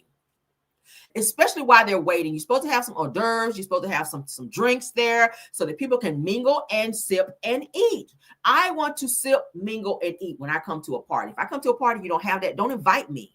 Okay? I want to get my drink on. I want to eat a little. I want to nibble a little bit. Okay? For real. And if you don't have those things, maybe don't have that type of setting. Just invite the girls to your house and say, hey, I'm doing this event, child. I got this new product that's coming out and I wanted to, introduce it to you guys in here. Girl, you can go down there to Publix. You could have went to a Publix, Britt Edie, and not even spend a whole lot of money, like have a nice little bouquet of balloons and stuff set up and little tablecloths or whatever, all right? And going down there to Publix, girl, and get you a fruit tray, get you a veggie tray, and get you a meat tray, girl, okay? And whatever else you want to have, some little dips or whatever, and that would have set it off. But you cannot invite people to events and you don't have no fucking food. Like, what is that? What is that? Girl, I would never. Let's get into this. What was that again? The Country Club Classic. Is that what we're going to call it? How do you like my event? They're still setting up, but it was giving a lot of things. I wanted to be Halloween, St. Patrick's Day, Christmas, and Valentine's Day. Today, everything, but no food. I'm really upset with how the event planner did it. It was supposed to be cocktails for everybody else, and she set it up as if it was entrees for everybody. Make them starve. We had food. But Not all the other guests. Phil, event did not have food, and they were all watching us drooling, and I felt like I couldn't eat my food. She didn't have food at that event because had she ate one thing, them seams on that outfit would have popped and taken all of us out. We wanted to do, like pass the phone for donations to Uber Eats. We tried to be there with her in the moment, but she should have ordered some pieces or something because. So how do you have other people there at your event and the only people that you fed were the cast from the show and other people are sitting back watching y'all eat food and there's no food? They didn't have no food. They didn't have no drinks for the other people that were there. And the only people that you catered to was the ones that were at your table. And people are sitting staring at y'all like, excuse us, why the fuck are we invited if y'all ain't got no food? Like, what kind of child? That was. I would have been quit. I would have put Charles in that kitchen. Yeah, I think she was very embarrassed by that. I was embarrassed for her. I don't think that Britt was used to events. I think she's used to like going to parties, but I don't think she's used to handling events. So don't have it. Have it at a more personal setting like your home or maybe have it like in a restaurant or something like that where you can block off and reserve a room where it's just you and the cast and not all these people sitting back watching y'all eat and they ain't got no food. Like that was very tacky. And then you ask people to come out and golf and they got on their nice $300-400 shoes out here on the fucking golf field where their heels are going into the damn, and I despise that, where the heels is going into the damn dirt. And they're out here in their nice, Sunday best, like good clothes out here and getting sweaty in a fucking golf cart. What? It made no sense. It made no sense. When I watched it, I was like, what is this? I would never put on my best to go to a freaking golf course to ride around on a golf cart. Like, actually wear those shaper. I wore it in one of my videos, so I was like, yeah, girl. Did you try yours on? She gave me a size extra large. Ooh, friend. Girl, no, she can't give me extra large. That is so shady. And yeah, like I said, I think she got it confused with her toothbrush for that wide ass mouth she got. And that's just that. What was that again? Baby, the read-downs, okay? So she was trying to be slick and up and gave old girl extra large. And clearly you can see she's not an extra large, all right? But anyway, child, let's move on. Britt, please get your shit together and please pay people. I despise that. Do not be walking around here knowing you be owing people and just, hi. No, not hi. Bye. Go to the bank and get my money, okay? Not hi, bitch. Bye. Get your ass in the car and go down there or cash out that shit to me, all right? You cannot speak to me till you pay me. Thank you and goodbye. Let's get a little funny moment in because I saw this online, baby, and I wanted to share it, all right? I need a ha-ha after all this, baby. I need a ha-ha. And baby, y'all about to laugh. This granny right here, y'all may have seen her online, and it is so funny to me. So Miss Carrie, honey, y'all may know who this lady is, honey. Miss Carrie, shout out to Terry Blong. It says she is going into her man child and what she gonna do and what she not gonna do. This lady got a slick ass mouth. I love old funny people or funny old people. Let's say it that way. Funny old people or funny elderly people who still got their right mind and will read a bitch down. I love it because I feel like that's how I'm gonna be when I get old. Let's get into this because this is funny. Let's go. Well, what if he wants you to suck it? Want to do what? Suck it. I wouldn't give a shit how much I liked him. I ain't sucking it. You not? Hell no. I suck a dick. I don't know. I can't imagine loving no man that much. Well, that's what they into nowadays. Baby. What? That's what they like. Well, they wouldn't like me. Anytime that thing go up in my pussy, I ain't putting it in my mouth. You are crazy, Mom. But you telling the truth. Huh? That's just your truth. Well, I'm glad maybe men in my day, older men, they knew better than even asking me to do some shit like that. But then they will go get it done somewhere else. That's fine. If they cared about me, they would get it done somewhere else. Well, what if he wants you to suck it? Want to do what? Mama said, bitch, not me. Okay, if he care about me, he better go ask the next one. You ain't about to put that thing up in me and think you about to put it nowhere near my damn mouth. Mama was like, fuck no. She's so raw with it. That's what I like about it. She with a straight face like, hell no. I'll play one more time. Well, suck it. I wouldn't give a shit how much I liked him. I ain't sucking it. You not? Hell no. I suck a dick. I don't know. I can't imagine loving no man that much. Well, that's what they into nowadays. What? That's what they like. Well, they wouldn't like me. Anytime that thing go up in my pussy, I ain't putting it in my mouth. You are crazy, Mom. But you telling the truth. Huh? That's just your truth. Well, I'm glad. Well, maybe men in my day, older men, they knew better than even asking me to do some shit like that. But then they will go get it done somewhere else. That's fine. If they cared about me, they would get it done somewhere else. Well, what if he wants you to suck it? Want to do what? Suck it. I wouldn't give a shit how much I liked him. I ain't sucking it. You not? Hell no. I suck a dick. I don't know. I can't imagine loving no man that much. Well, that's what they into nowadays. What? That's what they like. Child Green was like, he better get somebody else to do it. And if he love me, child, he better get somebody else to do it because, baby, I ain't doing it. No. That was funny to me. So we had a little ha-ha.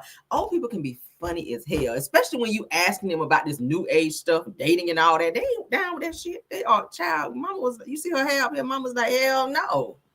Baby, I just put my butter beans on in there, bitch. I ain't about to be in there doing no shit like that. Have my butter beans burn up in here, fucking with Curtis in there. Okay, Curtis trying to be in there getting freaking out. I'm burning my damn butter beans in here, trying to put my mouth on him. Girl, no. Oh, Jesus, Lord, my grandmother would never. I hope not, because baby, she got grandma got about 7 kids. I don't know. She might have. I don't know. I love you, grandma. Don't be coming at me, grandma. All right. Yeah, child, because you'll never know what some of these old people do. Because I mean, yeah, you know the grannies were freaks back then. They had on that damn nightgown with that first them ruffles up here, and baby granddaddy used to hike that gown up. That's how they got about 6, 7, 8, 9, 10 kids out here. Okay, because my grandma had 7, so I know she had to be a freak somewhere down the line. You won't always about the Lord, grandma. I love you. All right, if you watching my show, grandma, I love you, but you won't always about the Lord back then. All right, when you back there with granddaddy, that's all I know. You had that damn gown on that came all the way down to your ankles with that with them ruffles up there around your neck. And apparently granddaddy loved that shit because you had 7 kids by him. All right, you did. And I love all my aunts and uncles. I love them, honey. But y'all got hit from grandma was a freak. Even though you got mad because me and your grandkids was looking at Purple Rain in your house with that love scene, okay? And you try to act like you didn't know what that was. And now that I look back on that, I feel like you kind of gave us a whooping for nothing. I feel like you gave us a whooping for nothing for that, grandma, for looking at Purple Rain in your house when you try to say, you know, this is not of the Lord. What y'all watching this on my TV for when you already knew what it was? Mm-hmm. Well, yeah, you know, you done been on top of granddaddy a few times. You have. You really have. All right, when I see you, please don't pop me for this, grandma, because I love you. All right, let's move on. Y'all know y'all grandparents were freaks. Stop playing. Yes, they were. My grandma did not want us to watch Purple Rain. We had to sneak and watch Purple Rain. We went to my grandma's house back in the day. Because y'all know Prince had them love scenes with him and Apollonia child when he climbed on top of Apollonia. My grandma came in there, baby. She got that fly swatter and was going crazy on us. I was like, what is this? Damn. Grandma was like, let's get crazy. Let's get nuts. Yeah, I'm about to get crazy and nuts up in this bitch. Tore our asses up with that fly swatter too. I said, well, shit, so we got to watch Purple Rain at home for now on. That's what we got to do. Girl, ain't gonna be purple rain, no other color rain in this damn house. No, you won't. Jesus resides here now. Never mind what me and Granddaddy did back in the day. The fuck you won't. Come in here, okay? No, you won't. Being here watching Prince in here. Talking about no, let's get crazy and let's get nuts in this house. The fuck you won't. All right. Why do people want to be, when they get, when they get older, they want to be religious? Okay, grandma, you was a freak back then. I'm sorry. I know you're a pastor now, but you was a freak back then. You was a freak back then. All right. So I feel like I shouldn't have got a whooping that day for watching Purple Rain. And that was a good movie. That was a classic. All right. And some of those things in that movie, I feel like you did. Granddaddy was, I don't know. I'll talk to him in the spirit because he ain't hit him. Let me see. Granddaddy, was grandma on top of you? Let me see. Oop, I knew it. Look at the Lord. I knew he was up there, grandma, with that gown on. The gown, because the gown go down to your ankle. Grandma done put the gown, threw the gown over her shoulder. Child was up there. Like this him. Yeah, you were, grandma. I can see it now. The spirits is telling me you was up there like this. Put your gown, throw it over your shoulder, girl. Yes, you were. All right. Drawers on the floor and the gown throw, because the gown go down to your feet almost down there. That's how the old people try. They had the gown down there by the ankles, and you hike that mug up and you throw it over your shoulder and you get up there and like this right here, girl. That's all you saw when you walk in the room. Shoulders like that. Yes, you were. But I got a whooping. We'll talk about it, though, grandma. I love you still. I do. I really do. All right, let's move on. Yes, you were. And some of y'all old people watching me, y'all be doing that too, trying to act like everything's so nasty to y'all, but y'all got about 9, 10 kids. How they get here? How they get here? You had that Al Green turned up loud, and your ass was turned, something else was turned up back there. Yes, it was. We'll go ahead and air y'all asses out since we airing people out.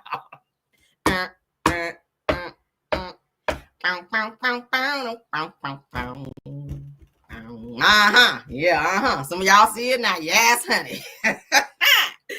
Yes, honey. 60 and up. I'm talking to y'all this morning because y'all think everything that these younger people be doing is so damn nasty.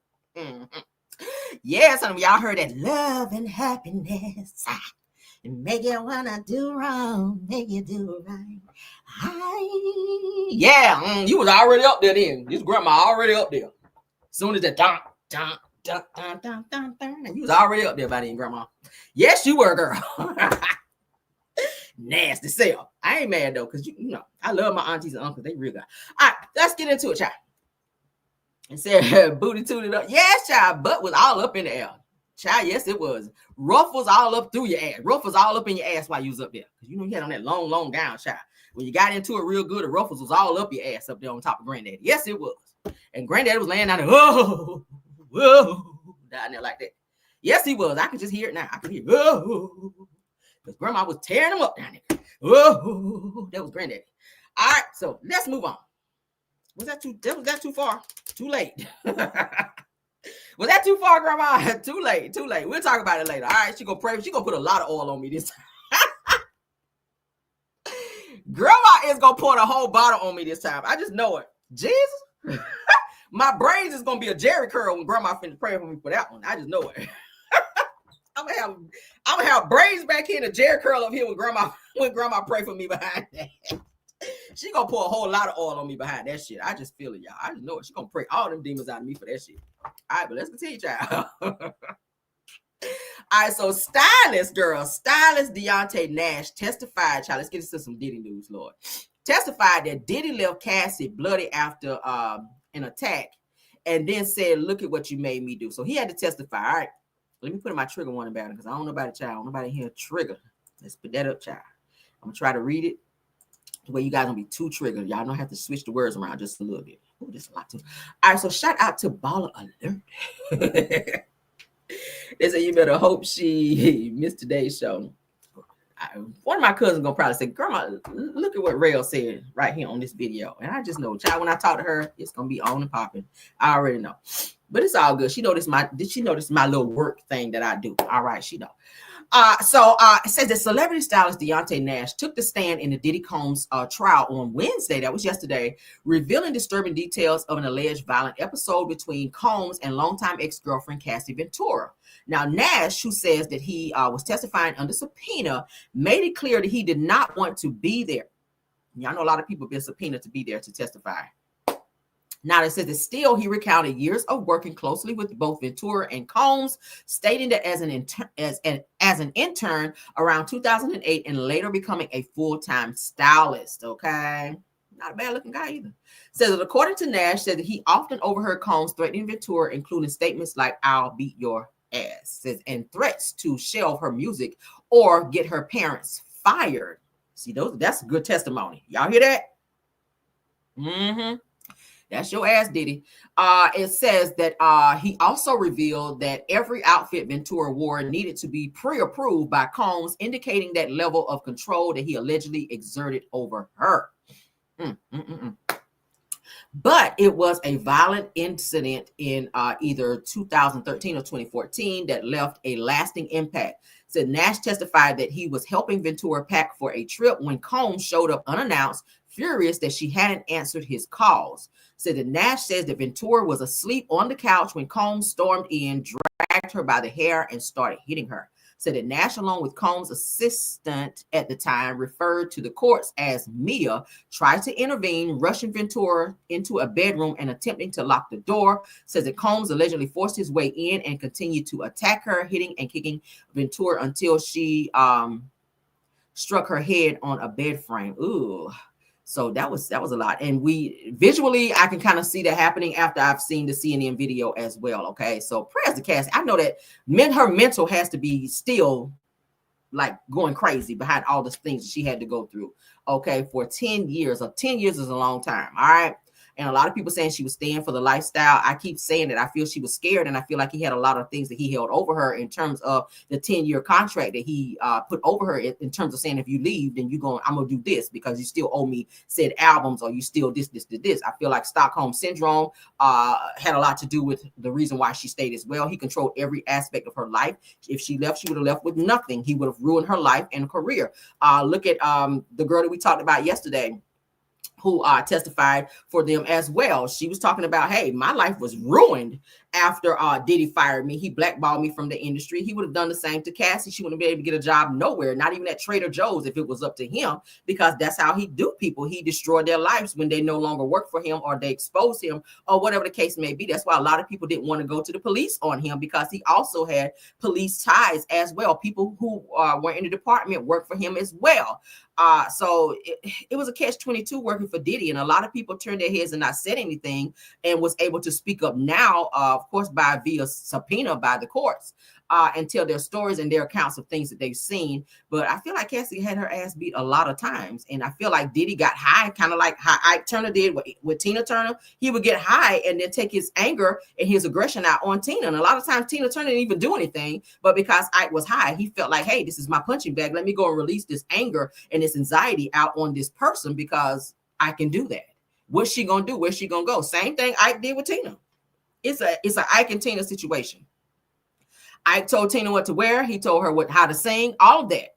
Okay, y'all remember the movie? She had just had a baby. He told her, get up, we got to get on stage. She was like, no, I'm taking a break. Hell no. And he became violent. So prayers to Cassie, y'all. Again, I just told you yesterday, Cassie, the day before yesterday, just had her son. Y'all know she has 2 daughters. She just gave birth to her son. So y'all know she was near having her going into labor when she was on the stand, but thankfully she was able to get through that. And I feel like a lot of what she had to testify in that case probably helped push her into labor, because stress is something that she don't need. And I'm surprised that they put her through that, because they were saying for 8 hours. One day she had to sit on the stand for 8 hours in her 9th month of pregnancy, you guys, talking about a lot of the things that she talked about, abuse and all of that with Diddy. Sitting there looking at him alone, I know had to be very, very scary for her, and reliving all of these and giving her account of the things that she endured for 10 years. And then hearing other people testify and co-sign a lot of the things that she went through as well. So prayers to Cassie, her mental, psychological, everything about her. I pray that she had a healthy delivery and that she can continue on with her life. Okay. And hopefully Diddy can be found guilty, because he's done a lot of shit to people and he really needs to pay the piper. And I really hope that Trump don't go and pardon him, because that's the rumors that I'm hearing, that if Diddy is found guilty, that Trump, being that Diddy and Trump do have ties together, because y'all know Epstein, Trump, and all of them hung in the same areas. And Diddy was also in some of those parties. They rub elbows together. They are friends behind the scenes, whether or not you guys want to believe it. So if he's found guilty, a lot of people are saying, well, he's just going to get pardoned by Trump and get right out. So maybe that's why a lot of people are scared and don't want to be forced to come and testify against him, because they feel like he still has some pull, even though he's locked up and in this situation. So we'll see what it gives. I'm not sure. But let's move on to some other trafficking situations. I don't know what it is with Hollywood, where they feel like they got to traffic and abuse people. But we got some more people in Hollywood, child, that just got found out about this damn trafficking bullshit. Okay. The R word and human trafficking. Let's get into it. All right. You guys may know who they are. Andrew Tate and his brother Tristan have been charged with R-wording and human trafficking in the UK. I don't know what it is. I don't know what it is. But Lord have mercy. All right. Protect the women. Black women are the most unprotected creatures on earth. All right.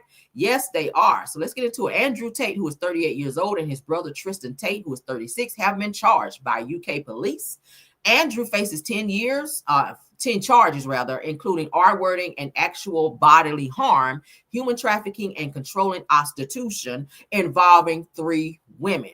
Now, Tristan faces 11 charges, including R-wording, actual bodily harm, and human trafficking related to 1 woman. A European arrest warrant was issued in England in 2024, leading to their extradition from Romania to the UK as ordered by Romanian courts. So they are in custody for the same thing that Diddy is also being charged for. What is going on with these damn celebrities? Now, I heard that but Hollywood is a very, very dark place where people do some very egregious things to other people, human sacrifices and all this shit that you read about. But this is becoming a lot. We're starting to see a lot of celebrities being involved with human trafficking. Singer, producer, The Dream, I told you guys the other day, he had a case against him from a woman who he was doing some things with and making do some things as well, where she came forward and he threatened to have her deported back to the country she came from, where he flew her in with hopes of and promises of making her a star, in terms of making her, allowing her to go into the studio and do music, which is something that she was doing in the country that she was from. She was a very beautiful girl. He lured her here to the US, and when she did not allow him to abuse her and do the things that she wanted to do, allegedly, there was a lawsuit that was filed against him, and he threatened to have her deported and take her passport. He would take her passport and threaten to have her deported if she spoke out about said thing. So this is something that's really going on. We know about R. Kelly's case, where he's now serving 30 years for trafficking as well. Now we know about Diddy, who is in this same situation. It's a lot going on. It's a lot. So women, definitely be careful. Be careful, all right? Because this is a real thing. Let's move on. All right, so all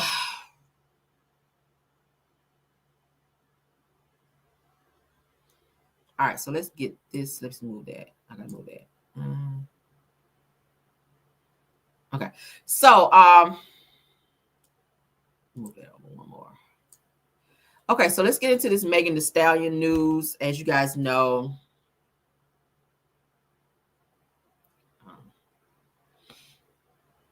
all right, so let's get into this Megan Thee Stallion news. Y'all know Carl Crawford, which is Evelyn Lozada's baby daddy of her son.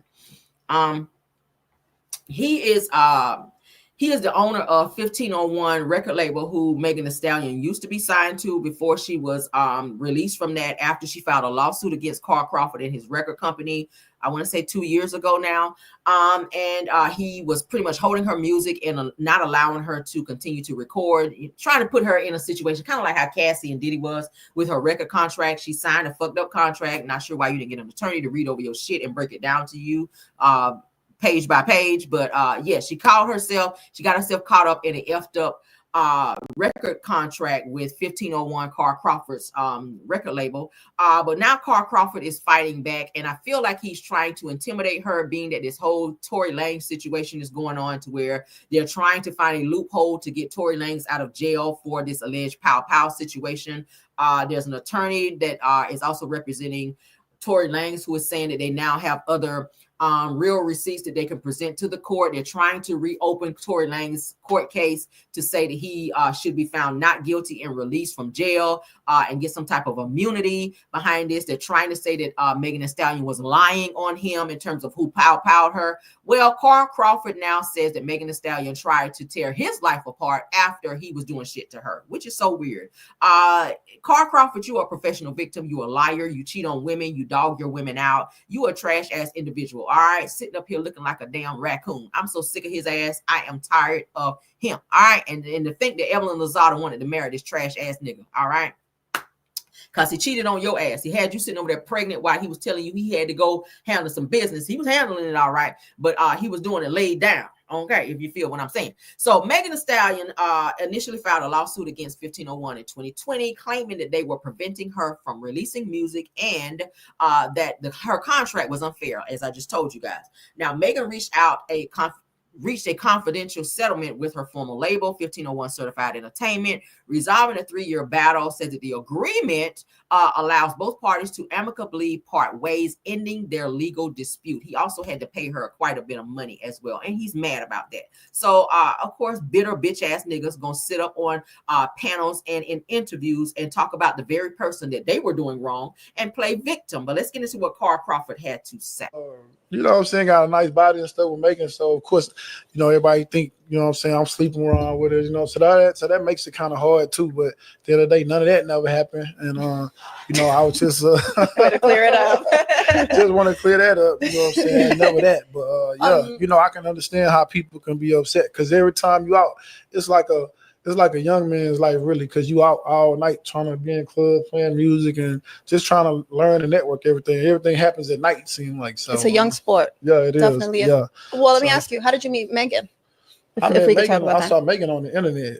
Got it. You know what I'm saying? That was another thing. I didn't have internet like just tear a person's life down. You know what I'm saying? Like, and then was like being wrong for it. So that's kind of like what they tried to do to me with her and T Ferris. They made it personal. You know what I'm saying? And they literally tried to tell my life apart. You know what I'm saying? And with that, for as like keeping me in court and all that type of stuff. You know, so yeah, I took it. I was like, yeah, I'm finna match that energy. You know, and, and that's kind of what happened. Yeah. And you know what I'm saying, got a nice body and stuff with Megan. So of course, you know, everybody think, you know what I'm saying, I'm sleeping. And ain't it convenient that he be sitting up doing an interview with Evelyn Lozada and her daughter? Evelyn, I know you ain't sitting up here going up for this bullshit. Every time somebody have an issue with a man, here come Evelyn, child, putting her damn cape on, getting in everybody's business. You need to be focused on yourself and why you can't keep a man, Evelyn. This nigga fully treated you like trash and trashed you with other women, all right? He played you to the left, and he wasn't helping you for a minute take care of your baby. So you sitting up, interviewing this nigga about a Megan Thee Stallion situation when he dogged you out?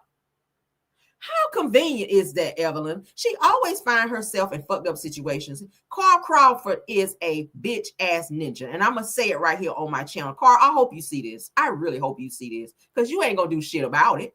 But I really hope you see this. You are a trash ass individual the way you did Megan Thee Stallion. She could not release music. She was one of the top female rappers in her time. And you were holding her back. And thank God she filed a lawsuit against you so she can get the fuck away from you and move on in her career. And now she's able to flourish and do what she wants to do. And now this damn Tory Lanez situation is looming over her. Hopefully she gets past that as well. Okay, hopefully she gets past that as well. I feel like, Carl, you might still owe her some money. You might. But it's given that she did get a nice little chunk of money out of Carl, and he's feeling a way about that. And it's really starting to make his business look a certain type of way to where people don't really want to fuck with him like that because of how he did Megan. Well, that's your fault because you should have did it right as an artist, and you probably would have had more revenue coming in because Megan sell albums. Okay, so those little rinky-dink artists that you got coming up and through there now probably ain't even reaching the levels or the crust of what she bring in. And that's your fault because you were a bad businessman and you suck at what you do because you try to get over on people. Allegedly. Okay, moving on. Ain't got no more for him. Or his damn raccoon eyes. I ain't got time for him. All right, so we were talking about this situation with blogger Denot. All right, we got to talk about it because the shit keeps being dropped in my lap. So we got to talk about it. All right, I told you guys yesterday, and I played the audio for you guys where a man came forward to say that he witnessed Denot, blogger Denot, who he's a YouTube blogger, saying that he got knocked out by Gene Deal. He's having some type of issue with Gene Deal. I got to catch you guys up. For those of you that haven't watched it, if you didn't see my video, I got to catch you guys up. So pardon me if we got to play it again. But for those of you that missed it, I got to do that. All right. So let's go ahead and share so you guys can see. I'm going to play the video where the man is actually saying that he was knocked out, child. I don't know. That's what I say. No, bro, shit. I said I'm a miss. You gonna misgender me now? Now it's fucking anti-Asian because I'm Asian. So now you harassing me. I am protected by anti-Asian hate. Go down the road with that. I'm not the type of dude that you can come up on like bro, this. listen. We out here what kind of content? You're not gonna tell me what to do. You can't come up on me. Bro, listen. If you come up on me, I'm gonna knock you the fuck out. That's what I say. That's what I say. That's what I say. No, bro, shit. I said I'm a miss. You gonna misgender me now? Now it's fucking anti-Asian because I'm Asian. So now you harassing me. I am protected by anti-Asian hate. Go down the road with that. So y'all heard the threat where Gene Deal told Denat, if you come up on me like that, I'm gonna lay you down. Okay, not in the way y'all think, honey. I'm gonna drop your ass if you come up on me like that. So let's continue, honey. I gotta give y'all all of this because yeah, I gotta give y'all all of this, honey, so y'all can see it because this shit continues to snowball. Inside the courtroom right before my eyes. And why did I have to get in your face like this and tell you to step back from me? Why did I have to stand in front of Mr. Deal behind me and tell you to back up off of him? Because it was two men handling the business. And then what happened? But what happened? That's for me to know. But what did you do? So why are you not telling the truth? My name is Candle. I'm transparent. I'm look how you right here. C-A-N-D-O-R. Energy with you, sweetheart. I can't. But you didn't have the same energy with him when he came outside either. When he came outside, he left. Man, yo. get out of here. He left. Doing it right. He left, yo. What are you talking? Am I supposed to be ignorant? Why did they let you here? You stink, bitch. Comb your hair. Your hair look like a bird nest. You look like a fucking pelican. You a loser. Lady, please. What did you do to Mr. Do I feel like she was doing the absolute fucking most? I do. I feel like she was doing the most because that situation had nothing to do with her. So shout out to Denat for that, for letting her know you have nothing to do with this. I cannot stand when people clout chase. Clearly this woman wanted some attention. He was talking to Gene Deal. The exchange was between Denat and Gene Deal. This woman just came out of nowhere, didn't know what the fuck was going on, and just inserted herself, was louder than everyone else, and tried to take the attention from them to her. And I mean, he read her down. He said what he had to say to her. A lot of people thought that it was disrespectful that he said what he said about her being stank or whatever. But like I said before, there are no fair words when there's a fight. Okay, especially when you insert yourself to have nothing to do with you. Whatever words fly out, whatever happens, that's what your ass get and deserve. I'm that way too. If I'm talking to somebody else and you insert yourself and I read your ass down and hurt your feelings, that's what the fuck you get because you should have been in it. Okay, she should have took her ass somewhere. Maybe go wash up in the bathroom for you. You know, you should have been maybe washing up in the bathroom if he's saying you stink versus hopping up in their shit because they had nothing to do with you. So let's get into this video. Shout out to Tisa Tales because she's in here, honey. Shout out to Carolina Crush TV because that's where we're watching it. So y'all get to see Tisa Tales interacting with Gene Deal, all right, which is something that I feel they were saying that Denat may have had an issue with, that he was trying to have a conversation with Gene Deal, and he was saying that Tisa Tale came up in between said situation and maybe overtalked him or maybe took up his time that he was trying to have with Gene Deal to get his footage or his information to take back to his platform. All right. So they're saying that Gene Deal knocked out YouTuber and knocked out a YouTuber, which they're saying was Denat, who was harassing him outside of the courthouse. That's they're saying that's the host for Diddy's trial. Now they says that here's a video of dude harassing him. And if you scroll down, it says a bit further on my page, there is another video of dude harassing Gene. It says that I would like to see the footage of that ish if it's true. So let's play.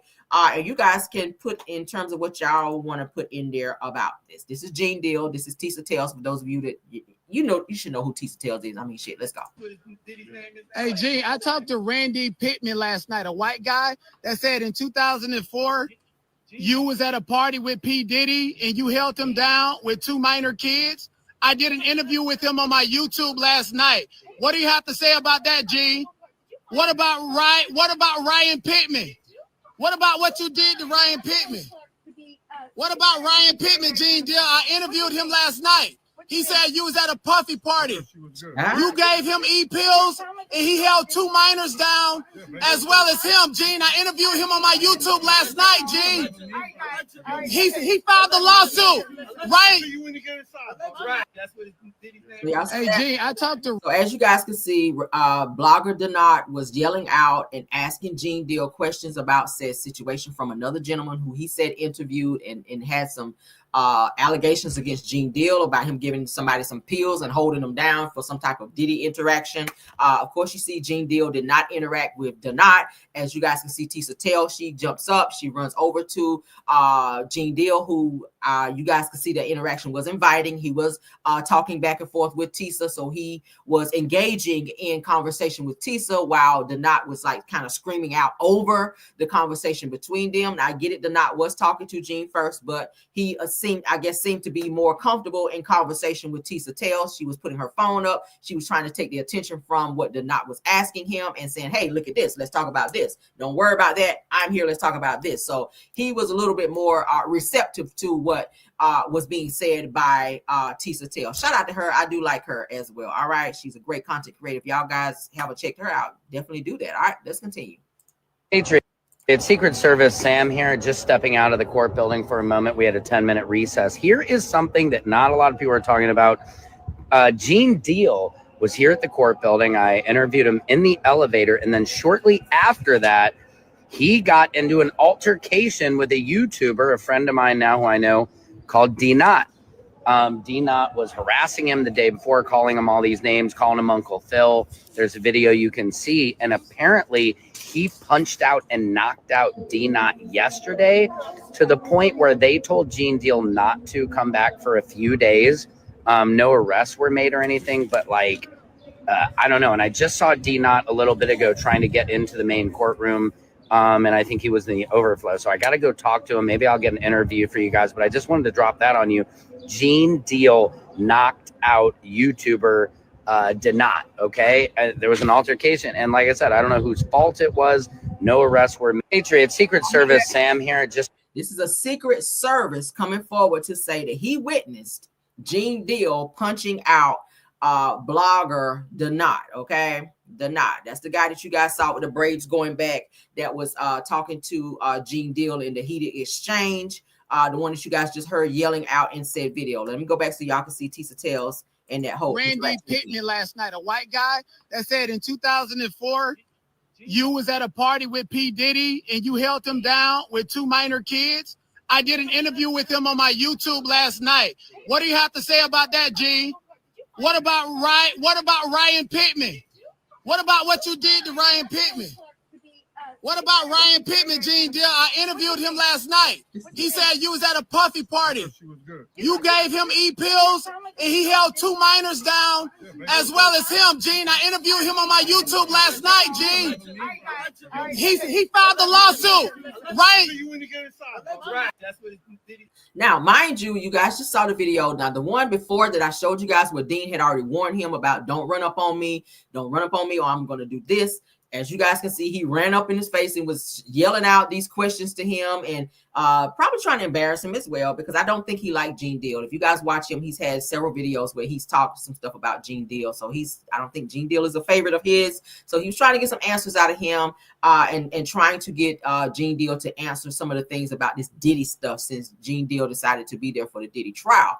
But Gene was ignoring him, and he was screaming out and trying to overtalk Tisa Tells, which you guys can see Gene Deal was very much so receptive of the interview that Tisa was trying to conduct with him, which then it probably pissed Gene Deal off for Donat to be screaming out and doing that. And he was doing a lot. As you guys can see. And Gene Deal, you could tell, was a little irritated, but he was trying to stay focused on what Tisa Tells was asking and or saying to him. But let's continue, Sean. Hey, Gene, I talked to Randy Pittman last night, a white guy that said in 2004 you was at a party with P. Diddy and you held him down with 2 minor kids. I did an interview with him on my YouTube last night. What do you have to say about that, Gene? What about Ryan Pittman? What about what you did to Ryan Pittman? What about Ryan Pittman, Gene Deal? I interviewed him last night. He said you was at a puffy party. You gave him E-pills, and he held 2 minors down, as well as him, Gene. I interviewed him on my YouTube last night, Gene. He filed the lawsuit, right? Hey, Gene, I talked to Randy. All right, so Secret Service, I'm gonna let y'all see what it's Stepping out of the court building for a moment, we had a 10-minute recess. Here is something that not a lot of people are talking about. Gene Deal was here at the court building. I interviewed him in the elevator, and then shortly after that, he got into an altercation with a YouTuber, a friend of mine now who I know, called D-Not. D-Not was harassing him the day before, calling him all these names, calling him Uncle Phil. There's a video you can see, and apparently he punched out and knocked out D-Not yesterday to the point where they told Gene Deal not to come back for a few days.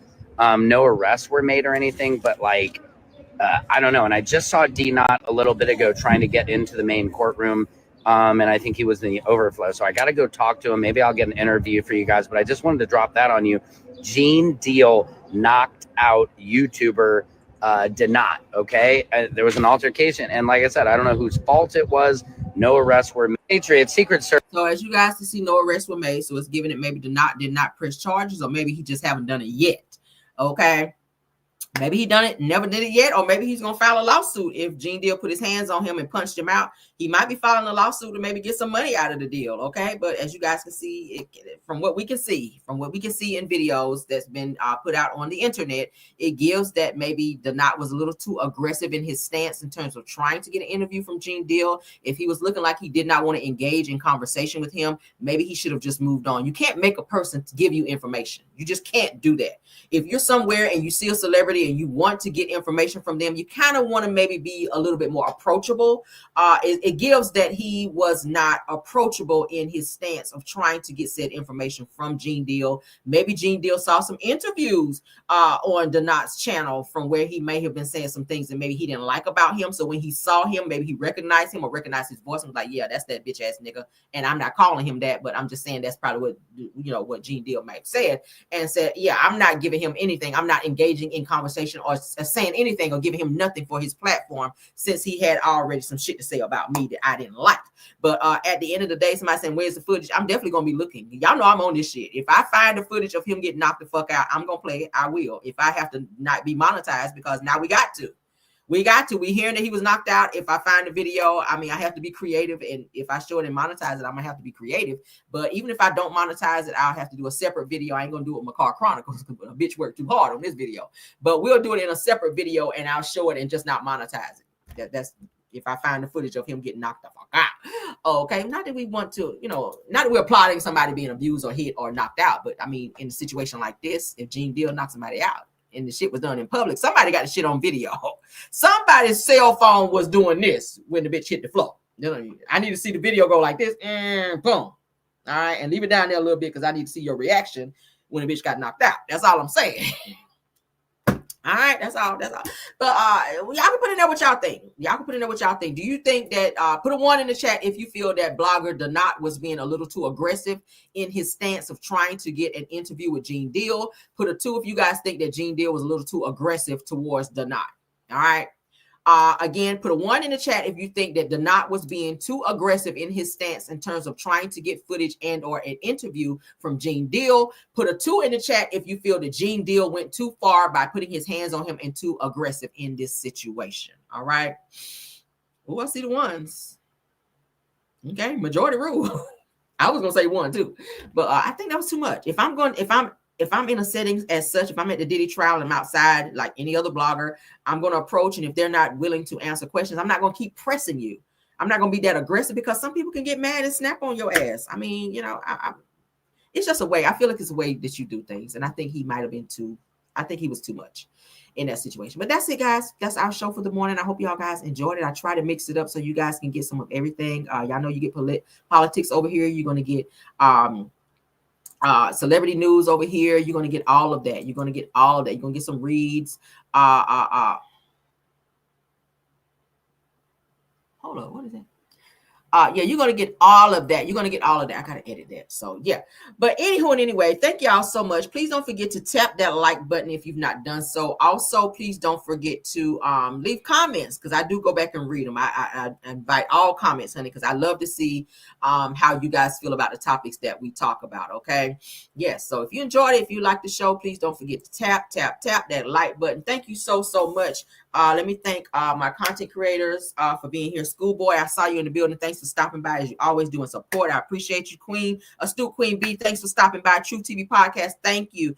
Sunny Days, thank you for stopping by, as you guys are always here anyway. But thank y'all for being here. Denitra Speaks, I think you may be a content creator. Thank you so much for being here as well. I see you. You guys, please go over and check out all these content creators and support them, okay? They take out time to come to my platform and they support over here. So you guys definitely go over there and support as well, all right? Thank you to my mods, Belle Wilson, KBR, Tyra, Scorpion Miss. Thank you, Rose Armstead, and thank you, True TV Podcast, for doing your good work over here. Do we have any more content creators? Because I don't like to leave anybody out.